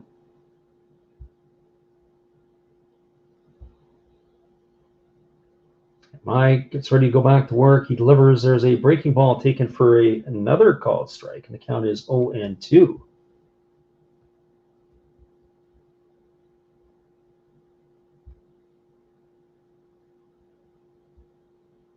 So Gibbo, on the season, he's only had, this is only his 16th at bat, and there is a breaking ball swung on and fouled away, and the count remains at 0-2.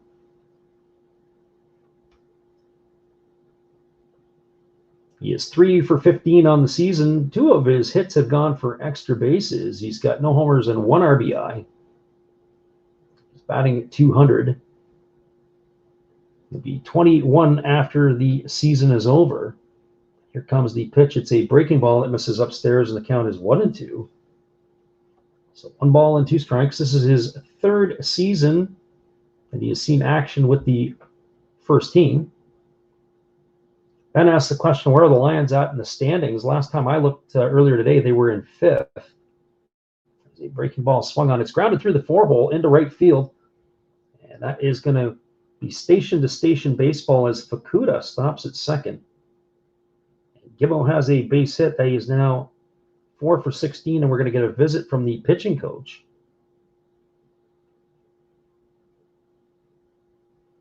So Amai has been very efficient. This might be it for Amai as he's up to 125 pitches. Going to see if that's going to do it or if they're going to leave him in.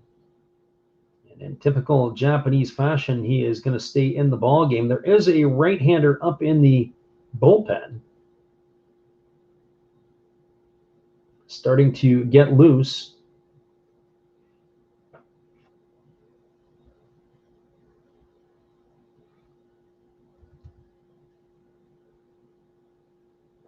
So here we go back to the live action. The runner at first is Gibbo. The runner at second is Fukuda. And here's the pitch to Sugimoto. It's a fastball taken for a called strike, and the count is 0-1.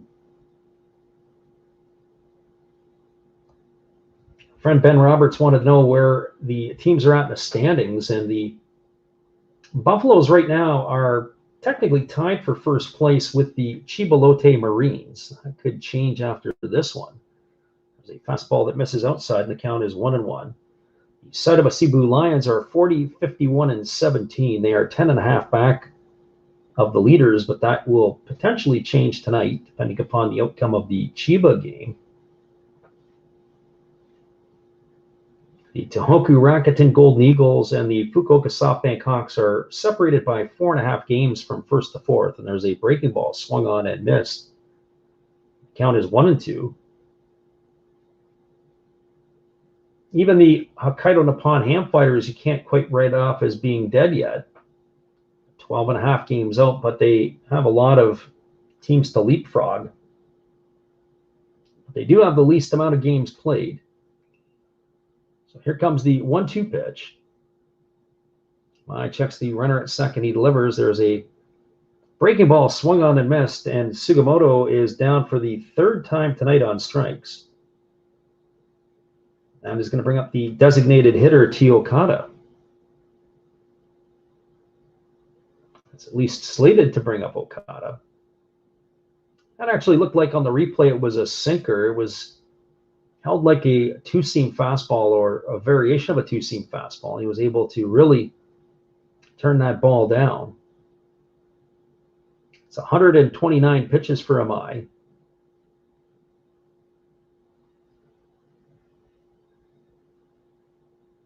So here comes the pitch. It's a breaking ball that misses inside to Okada.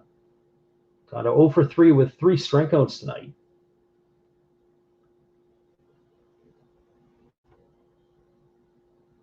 The standings in the Central League have tightened up. The Hanshin Tigers, of course, were the big thing in the first 6 weeks of the season.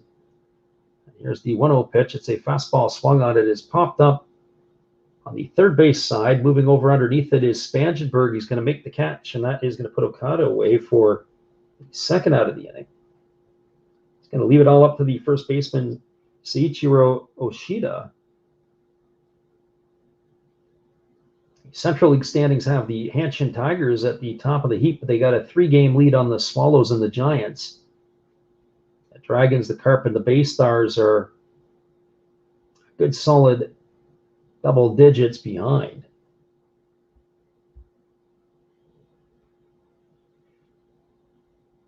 So here we go back to the action.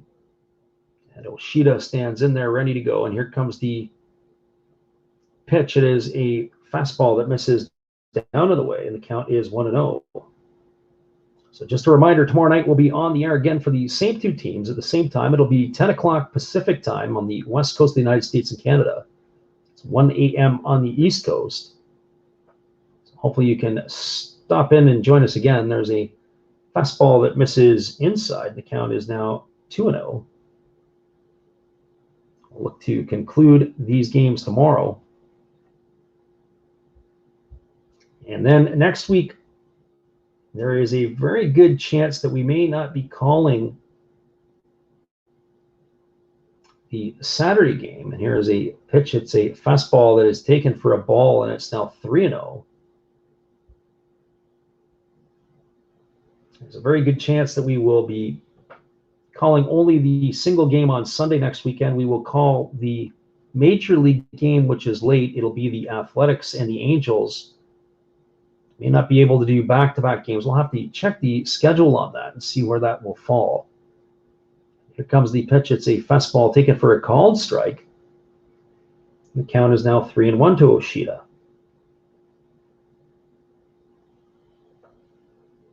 But we'll have to wait and see and take a peek at what the schedule will look like. More than likely on the Sunday game or the Japanese Sunday games, there's a fastball taken for a called strike, and Oshida didn't like the call. He thought that was ball 4. It's 3 balls and 2 strikes. That's the 136th pitch of the ball game for MI.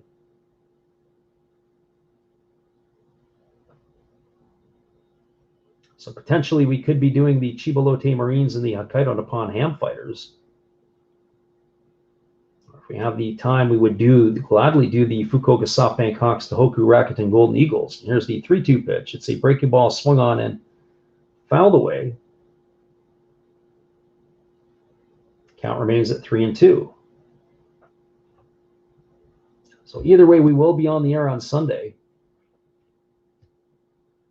So 3 balls and 2 strikes. The runner at second is Fukuda. The runner at first is Gibbo. Oshida is the hitter. There's 2 away here in the top of the 9th inning. Mai checks the runner at second. He kicks and he delivers. There's a breaking ball that misses inside, and that is going to be ball 4. That's going to load the bases. It's going to bring up Masahiro Nishino.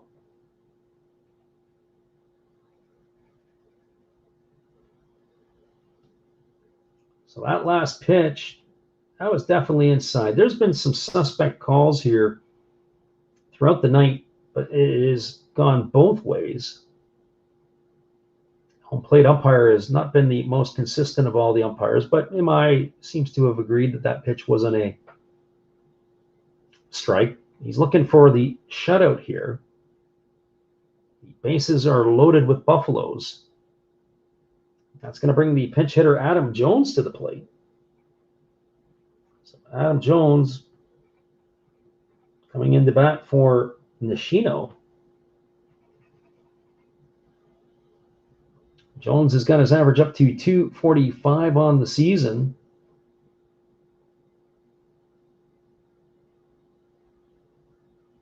Not been an everyday player in the Buffaloes lineup lately. Gets himself dug in. We've got right-hander against the right-hander, and there's a breaking ball to Jones taken for a called strike. And the count is quickly 0-1.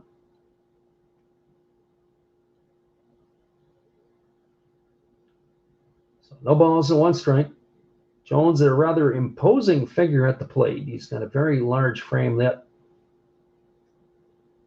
he's no Dave Winfield, and there's a breaking ball swung on and fouled away over on the third base side. And the count is now 0-2.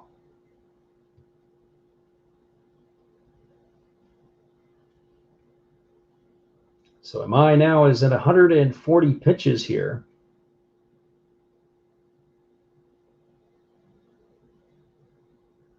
Got to tip my hat. I do say that maybe the 140 might be too much. I don't know if what's too much and what isn't.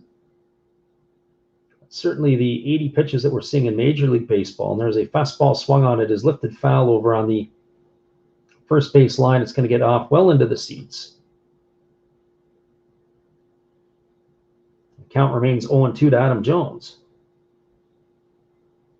But I do like the fact that they can take their pitchers up to 140 plus pitches and feel comfortable in doing it.